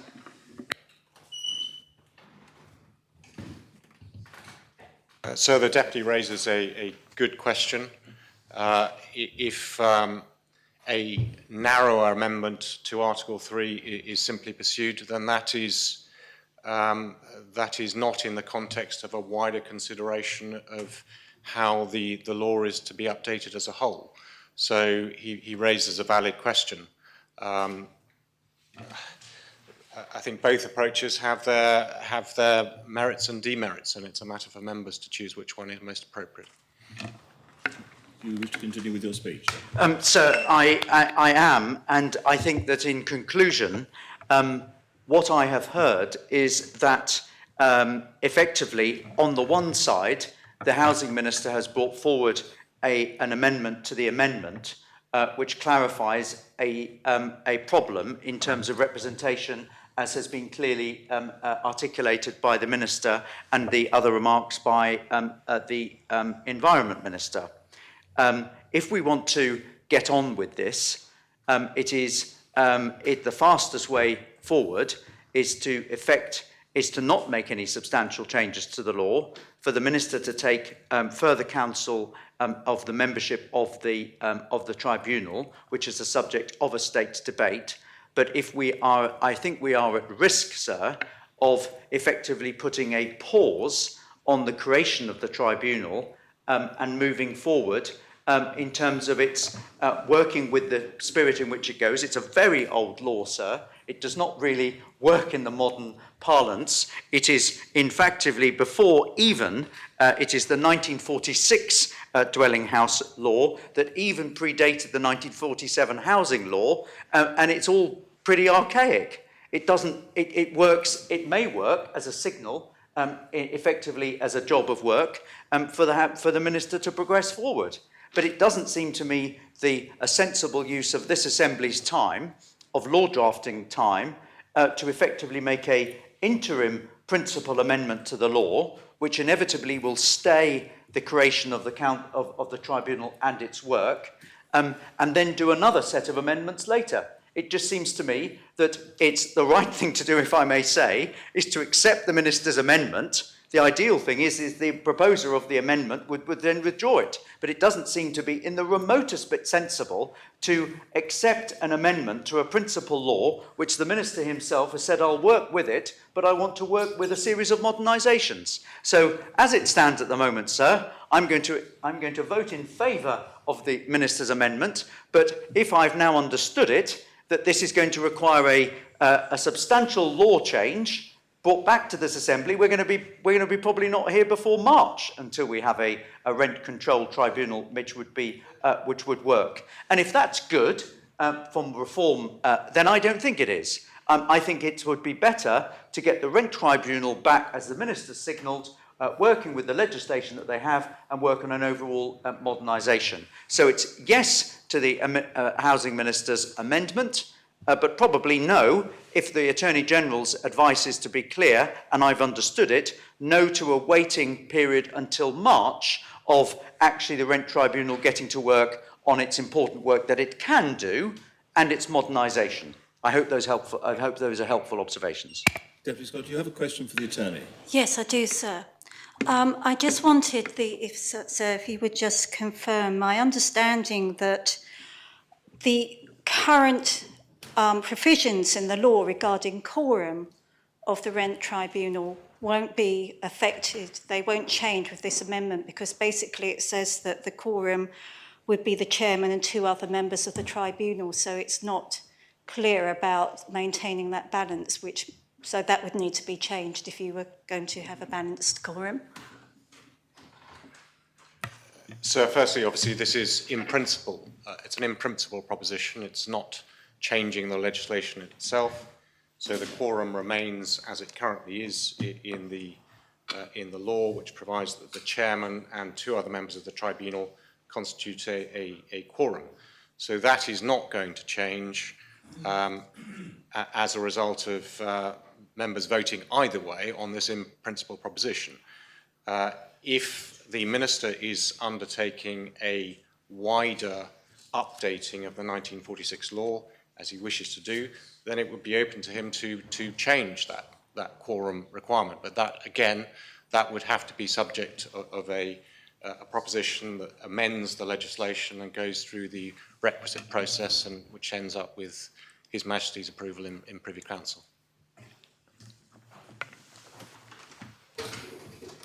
Deputy Banish.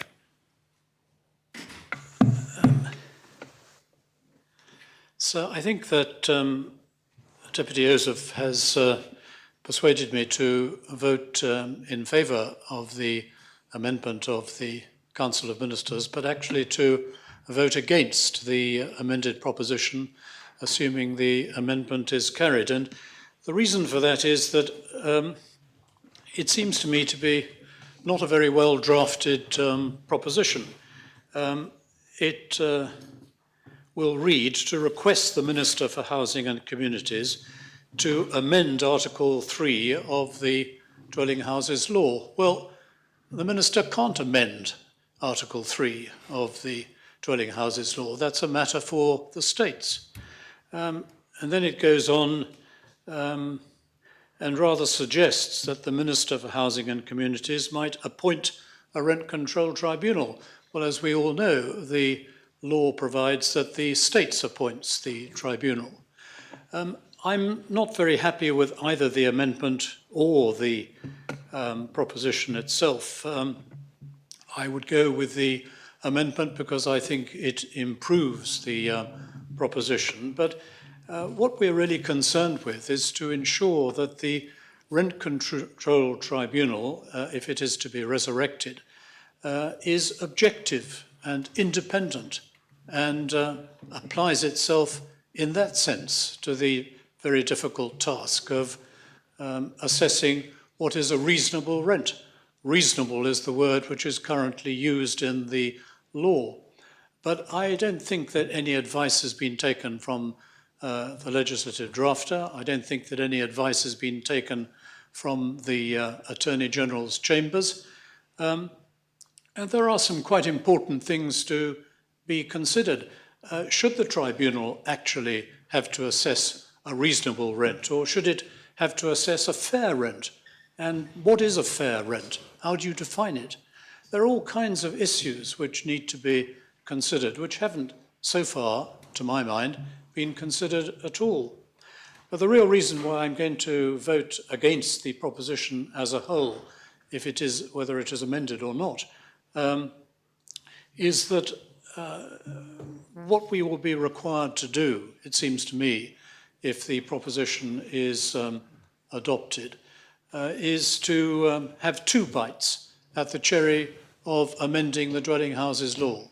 The first bite will be to change the composition of the tribunal, which at the moment under the law is at large. It merely says that it shall be 4 or 5 persons, to make the qualifications that the proposition provides for, the amendment to provide for. And then, after a mature consideration as to what needs to be done to the law as a whole, we will come back and have a second bite at it to decide what the law should actually say after 70 years. That doesn't seem to me, sir, to be sensible. We need to approach this in a practical and appropriate way, which means considering in the round what amendments there should be to the law before the legislative drafter is given instructions to draft something which the minister can bring back to the states. So, as I say, I think the Council of Ministers amendment improves the proposition, but not sufficiently, to my mind, to merit support. So I shall ultimately vote against the proposition. Deputy Coles. Thank you, sir. Now, forgive me, as someone who has already admitted making mistakes in this assembly through his tenure already, just wondering whether it's, I say wondering, it's actually the point that we've spent most of this afternoon voting on approving on legislative changes which are only temporary and will actually be readdressed and reaffirmed in March with the government plan and future debates, if I'm not mistaken. So this act of a double bite of the cherry is something that we have already done today and will be doing again in future. But on going back to some earlier points which have been made about the difference between a representative and a person who is a tenant or who is a landlord, the tribunal in itself should actually be faced by preventing a fair rent, deciding on what is a fair rent, which will require a certain level of non-biased opinion. And actually, I looked at what the Constable of St Mary's said, and actually, yes, you get a much more rounded view of an individual who is from an agency acting for either the landlord or a tenant than you would from an individual landlord who may have had a single bad experience with a tenant, or a tenant who has had a single bad experience with a landlord. So this panel should be made up of rounded individuals who can take a broader perspective, something that you will not get from someone who simply is or isn't one of the defined parts of this. So I will leave it there. Thank you very much, sir. Thank you, Deputy Clerk. Does any other member wish to speak on the amendment? If no other member wishes to speak on the amendment,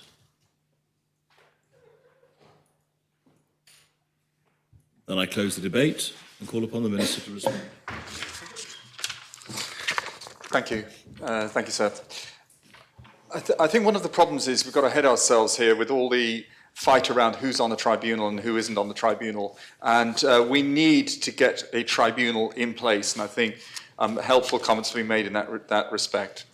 I'll leave it to states members to decide whether that's the right thing to do or not. Whilst it's true that tribunal nominees, and this is where I understand reform's concern, were identified before I became Minister for Housing and Communities, I know that the selection was open and fair and without any political influence. The Jersey Appointments Commission was involved from the outset, with its representatives chairing the interviews of all the shortlisted candidates. Whilst the Commission's mandatory involvement only extended to the role of the chair, the Commission was nevertheless involved in the recruitment of all the members' roles, recognising that the tribunal was being reappointed after a long hiatus. We've already heard that's 10 years, and not replacing members in the normal course of business.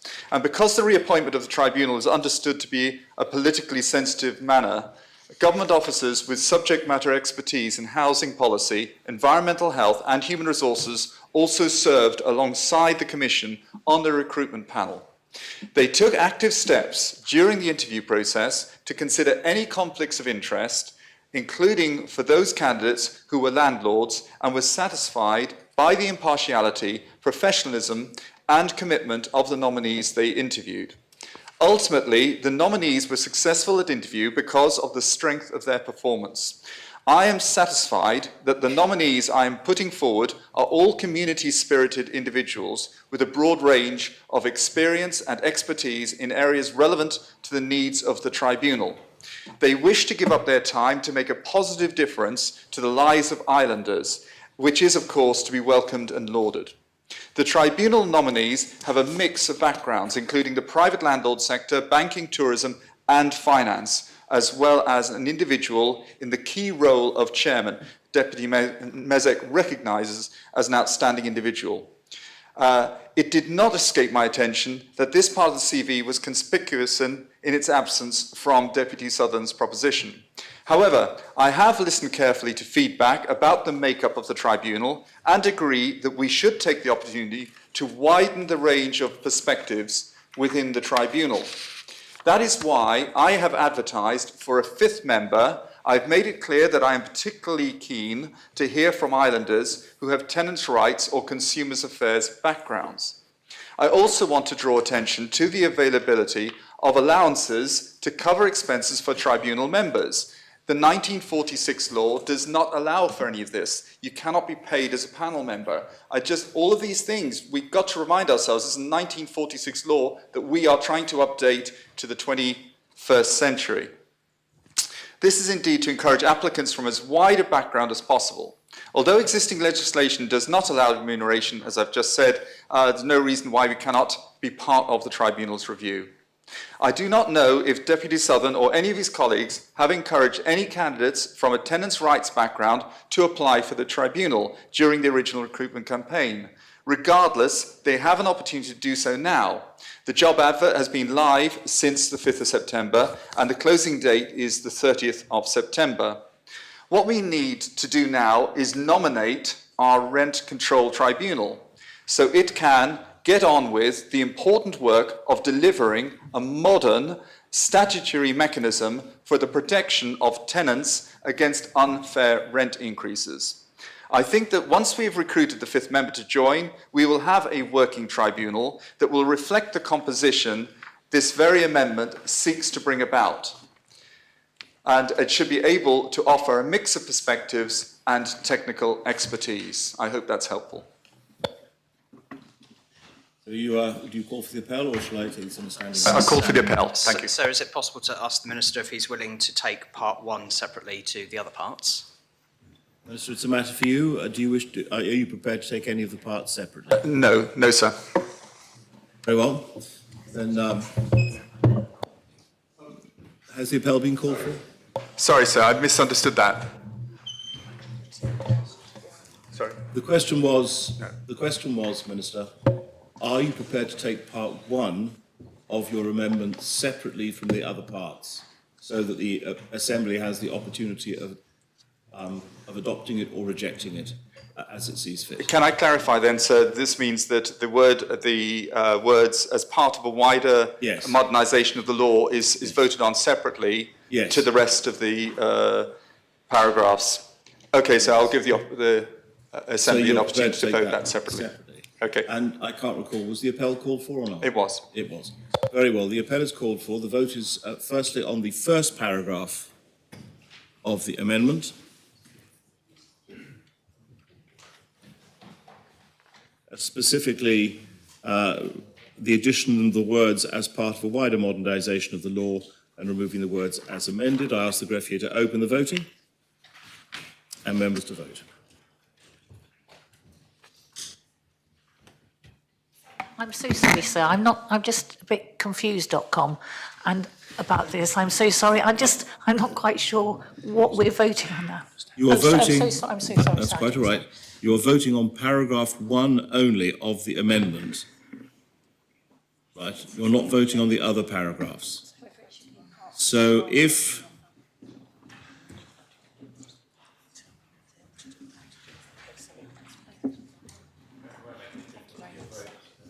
very well. The voting is still open. It's open to anyone still to cast their vote. You have your light on, Deputy Scott. Is there a reason? Oh, I'm sorry. Very well. I ask the greffier now to close the voting.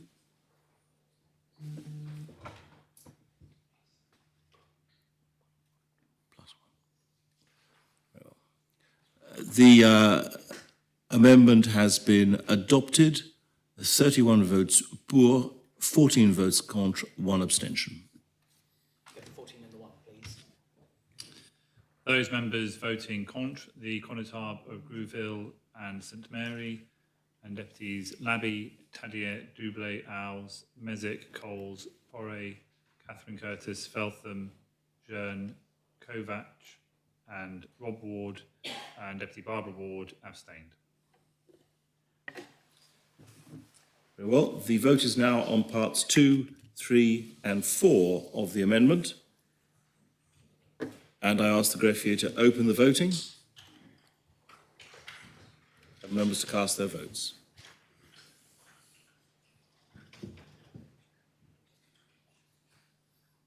Members have had the opportunity of casting their votes. Then I ask the greffier to close the voting.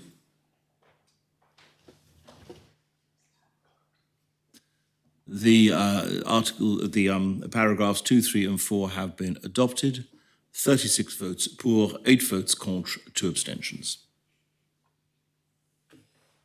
We have the 2 abstentions, please.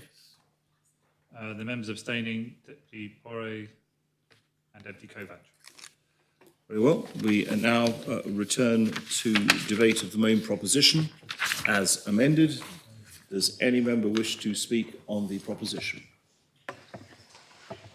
Deputy Ozef. Thank you, sir. I have heard the Minister for Housing, and it appears that the genesis of this proposition emerged out of an individual which certain members felt was inappropriate, having been the separate proposition about the appointment, as Deputy Balash quite rightly says, it's the members of this Assembly that appoint the Rent Tribunal.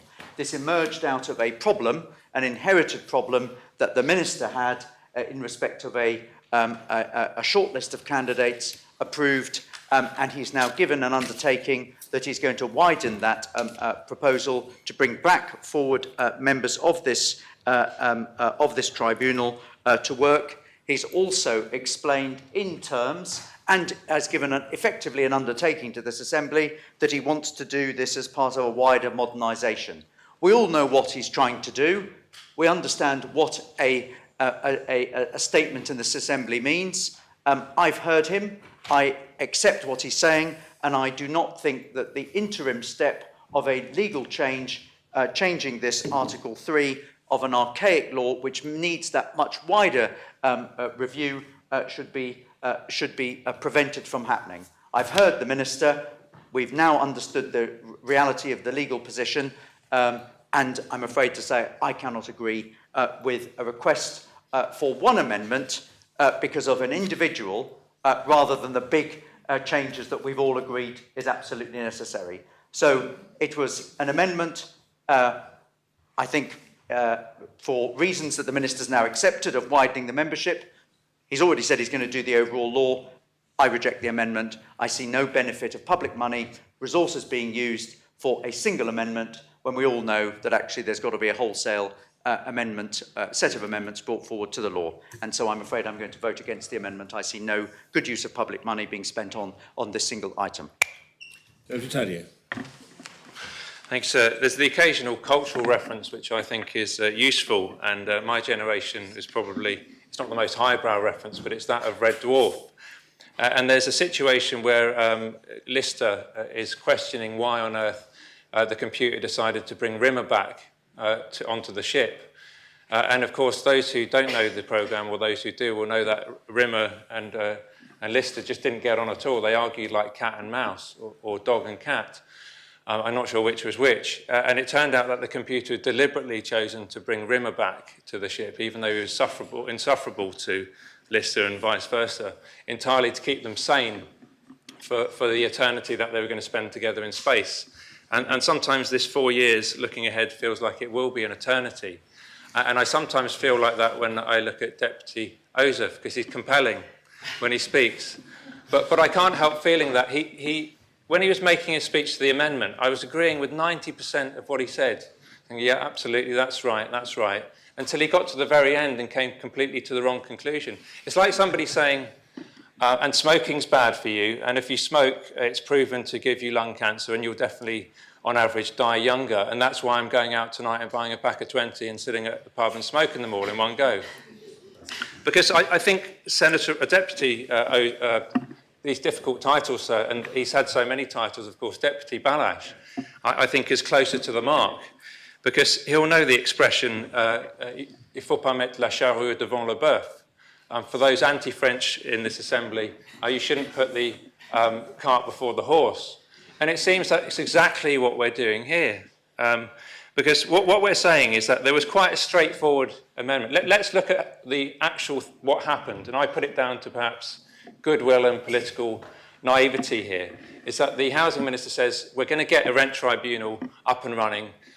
And of course, I think he made a fundamental, flawed mistake. Look at the social media backlash, for quite rightly. He stacked it with landlords. And it was perceived like that. That was how it was perceived. The minister, he can respond if he wants to. And that's how it was perceived out there in social media. This wasn't a reform position that was taken. They couldn't believe the fact that this was going to be stacked with landlords set up to fail. And so we have an amendment coming forward from Deputy Southern to deal with it. And then we've got a counter amendment here. And certainly, when I asked the question to the Attorney-General, as did the Deputy Ozef, he didn't come down on either side. He was quite clear to say, look, I asked the question, is it sensible, effectively, to set up a tribunal when we don't even have the law in place. And when Senator Ossoff, former Senator Ossoff, maybe we'll bring them back one day. Who knows?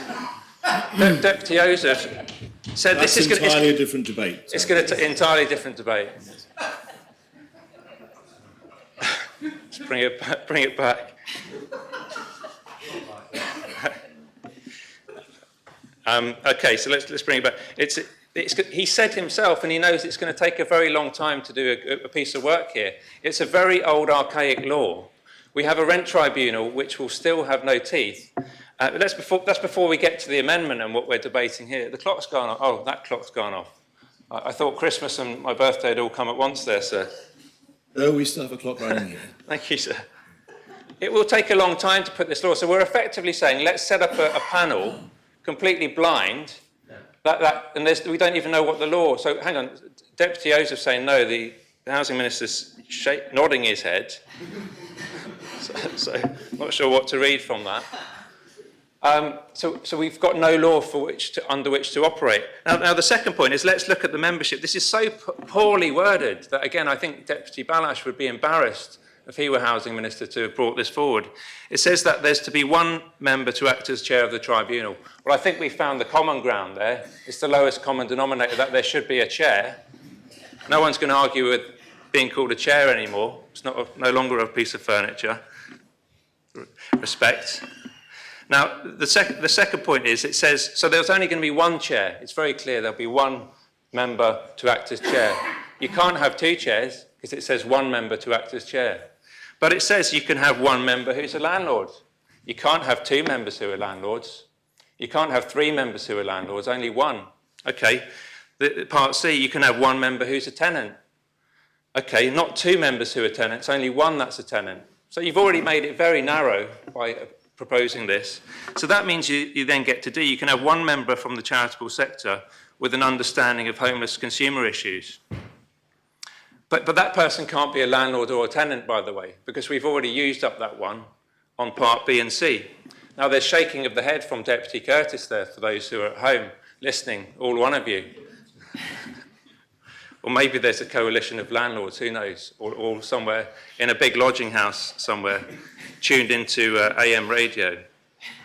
So this is not about lodging houses? No. That doesn't mean they can't be listening from a lodging house. But that might be the least of the problems. They may have kicked out all their tenants, sir, because there's too much red tape on the horizon, and they say, we're just going to use this lodging house now to hang around in the daytime when we're all asleep, and listening to that because we've kicked out all of our land. It's just far too much trouble nowadays to be a landlord. So part D, and we can of course ask the Attorney General for his opinion on this as to whether in fact, because he may well say if he's going to come to the, who's that? Bob Hill used to say that, I think, Deputy Bob Hill. Anyway, we're going off on one, sir. I would ask the Attorney General, or let someone else ask the Attorney General whether he thinks my interpretation is wrong, because it may well be that by saying one member means at least one member, so you have to have definitely one member. But that's not the wording that we apply to the chair, because we're not going to have two chairs, are we? If somebody else comes along and says, I also want to be chair, we're not going to say, well, we have at least one chair. So the way I read it is quite straightforward. One tenant, one landlord, very prescriptive. What if those two people are not the best people for the job? We have to have them because we've got a quota system in. Political correctness gone mad. And the last bit is you have additional members as necessary to maintain a balanced and expert tribunal, as if Part B and C weren't doing that already. I thought Part B and C were to make sure that we had balance. Now, surely the insertion of Part E means that it obviates the need to have Parts B and C in the first place. We should just be saying, this is how we should do it in a logical world. Go away and bring us back a law that's fit for purpose, if indeed we need a tribunal. The jury's out for me as to whether we need a tribunal anyway. What I think is that we need a fit-for-purpose law which tells landlords what they can and can't put in their contracts. You don't need a law. You don't need a tribunal then necessarily. Maybe I'm wrong though. Let's listen. I'm open-minded on that. But I think you need something in the law which tells landlords what they can and can't do and tells tenants what their duties are and what they can expect. And if there aren't sufficient laws in place at the moment, you have that in place. And the reason I think some of us are so sceptical as to why the tribunal is necessary in the first place is that it's the free market that dictates rents, supply and demand. So there's nothing in any law that says how much you can put your rent up by. And that's not going to change if we've got a tribunal. So we're kind of arguing about angels on pinheads here. You know, what colour hair should the angels that are on the pinheads have? And you know, what should they represent people, or should they not, or should they be certain types of angel, one demon, you know, maybe. That's a nice balance, isn't it? But maybe we should just have people who are experts on that panel, but have a law in the first place and bring it back in a year or so when it's done properly. That's one point of view, sir. I'll leave that out there. Still got 7 minutes on the clock, so I'll leave that to somebody else.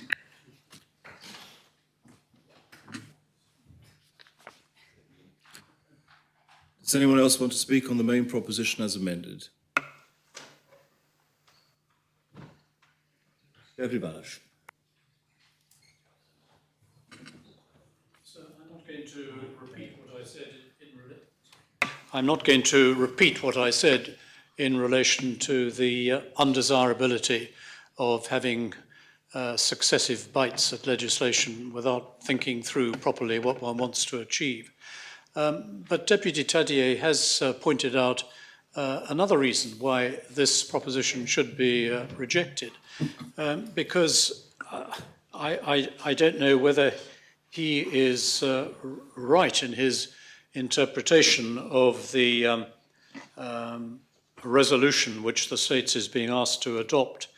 But it seems to me that if more than one member of the proposed tribunal, which the Housing Minister is going to propose or has proposed, is a landlord, there may be a difficulty because this resolution says one member who is a landlord.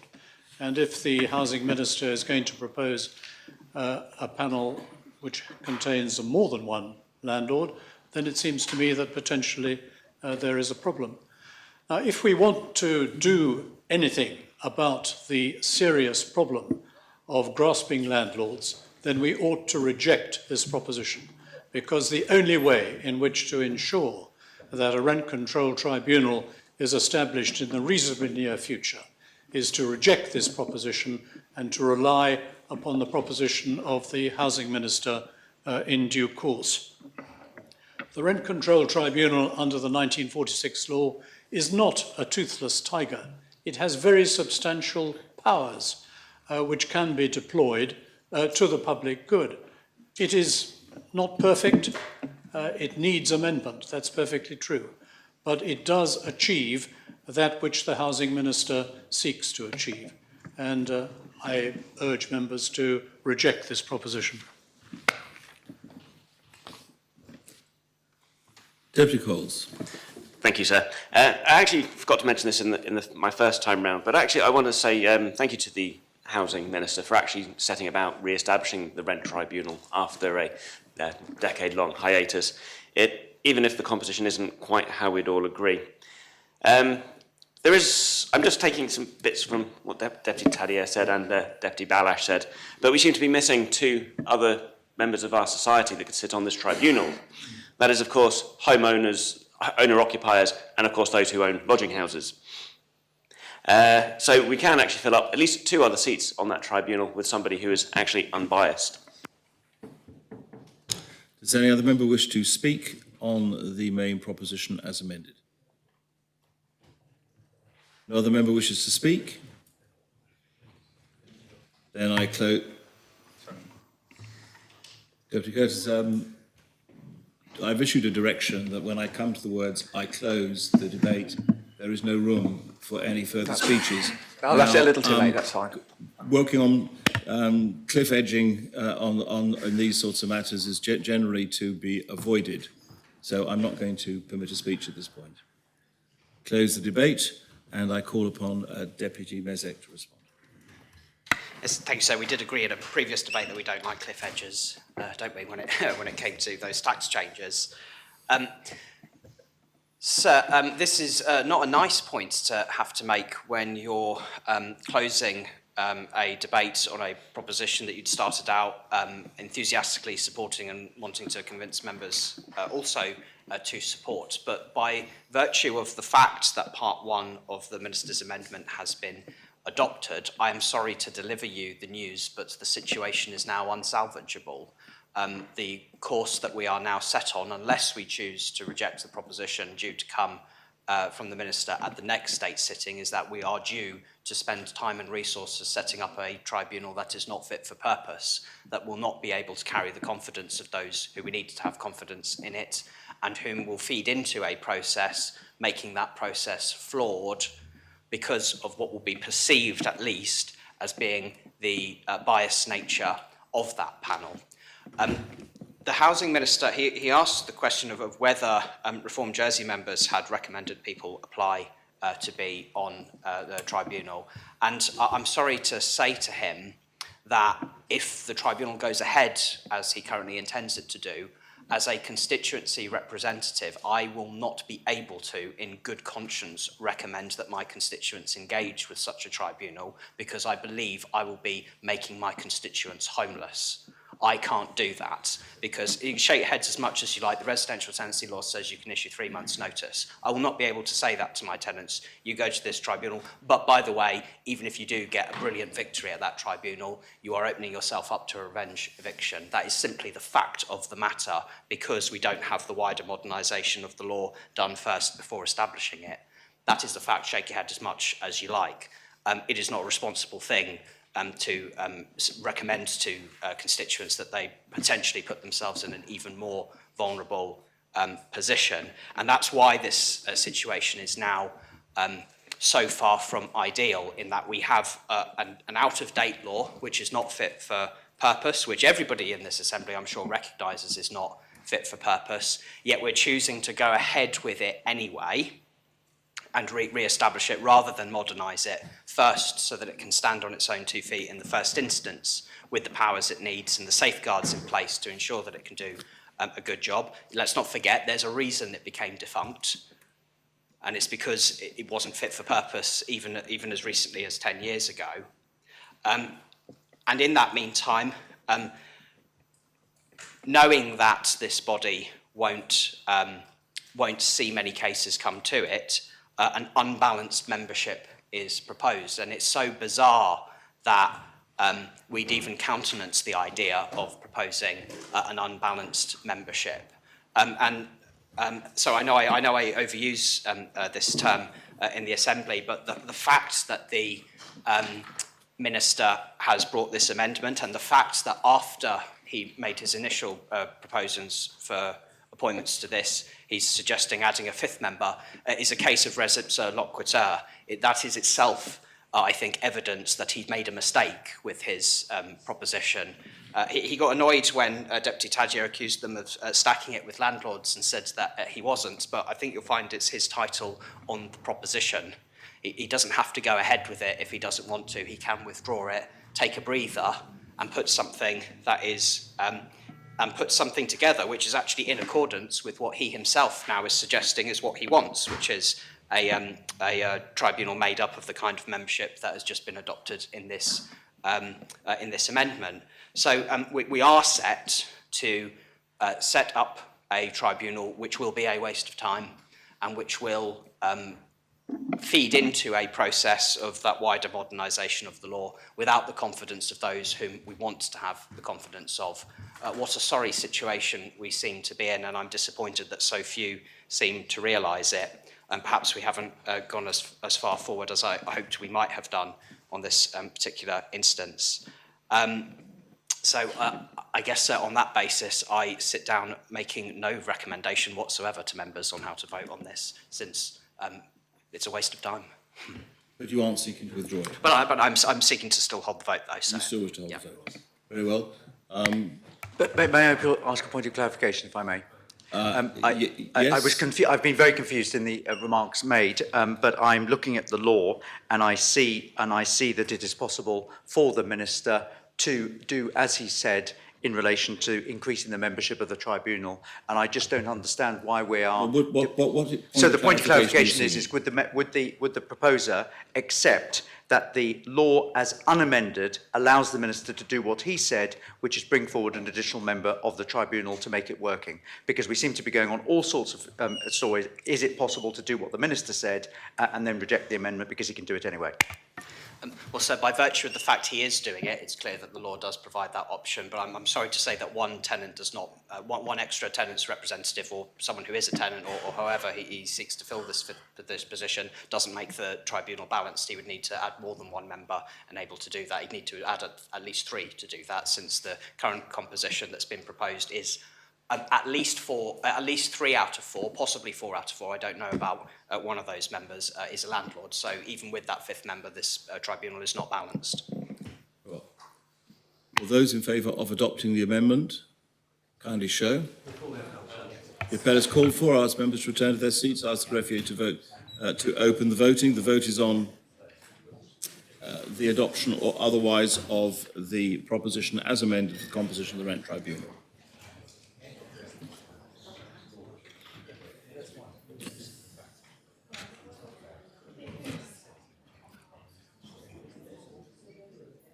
Sir, I'm sorry, we are confused over here. We are voting on the amended proposition? Yes. Thank you. Yes.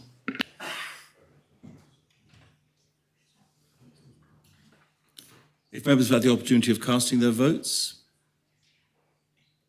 then I ask the greffier to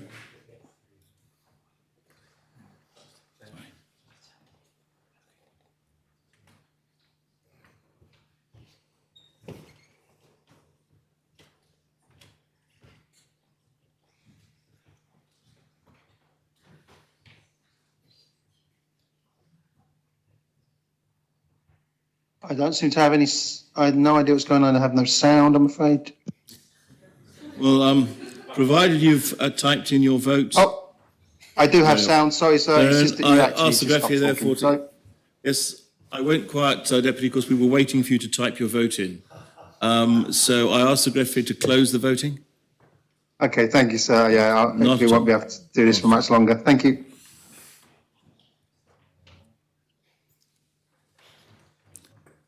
The proposition has been rejected. 12 votes pour, 11 abstentions, 23 votes contre.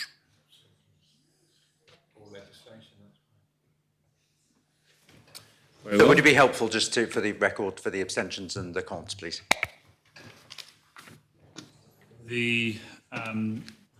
Those members abstaining, Deputies Tadier, Owls, Mezzik, Coles, Porre, Catherine Curtis, Feltham, Jearn, Kovac, Barbara Ward and Rob Ward, and the members voting contre, the Connétable, St Helier, St Brelard, Trinity, St Peter, St John, St Clement, Brouville, St Juan, St Mary and St Saviour, and Deputies Labby, Luce, Lehegara, Gorst, Osoph, Balash, Scott, Rose Binet, Miller, Howe, Tom Binet, Wilson and Andrews.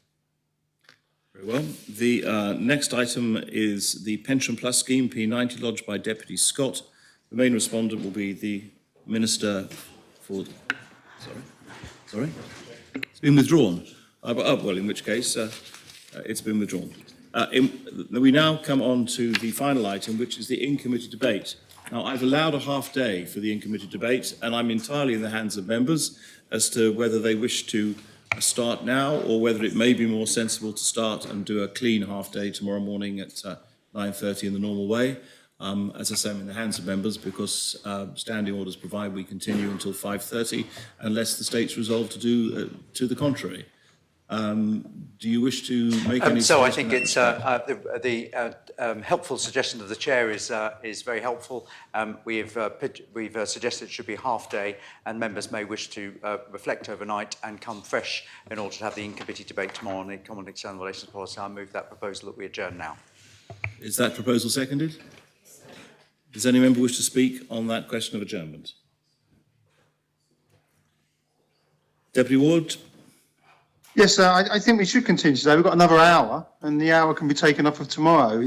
Just because it's a convenience for the Minister, you know, I mentioned that I think we should have delayed this entirely, but now we're doing it. It seems, oh, we'll delay it at our convenience. But then I suppose, well, I don't know. I just think we're hard and loose with the rules at the moment. It just seems to be whatever members of the government fancy doing, and I think it's completely wrong. Thank you, sir. Well, does any other member wish to speak on the proposition that we adjourn until tomorrow morning? Sir, I would agree with Deputy Ward. I think we should just carry on until 5:30, and that means we finish earlier tomorrow. Thank you, sir. Does any other member wish to speak? No other member wish to speak? Then I close the debate, and Senator, I beg your pardon, I'm falling into the same trap. Deputy Joseph, Deputy Joseph, do you have any? I'm grateful, sir. I do beg your pardon, so I'm even getting my pools and microphones confused.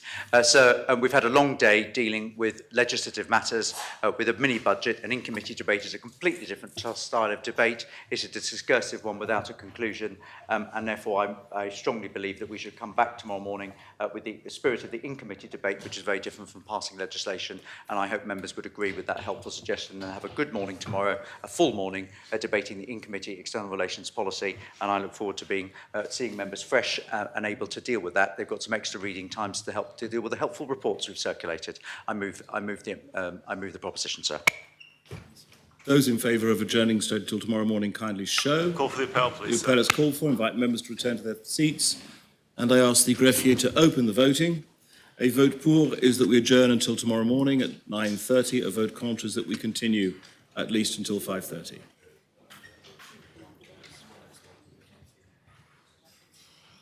If members have had the opportunity of casting their votes,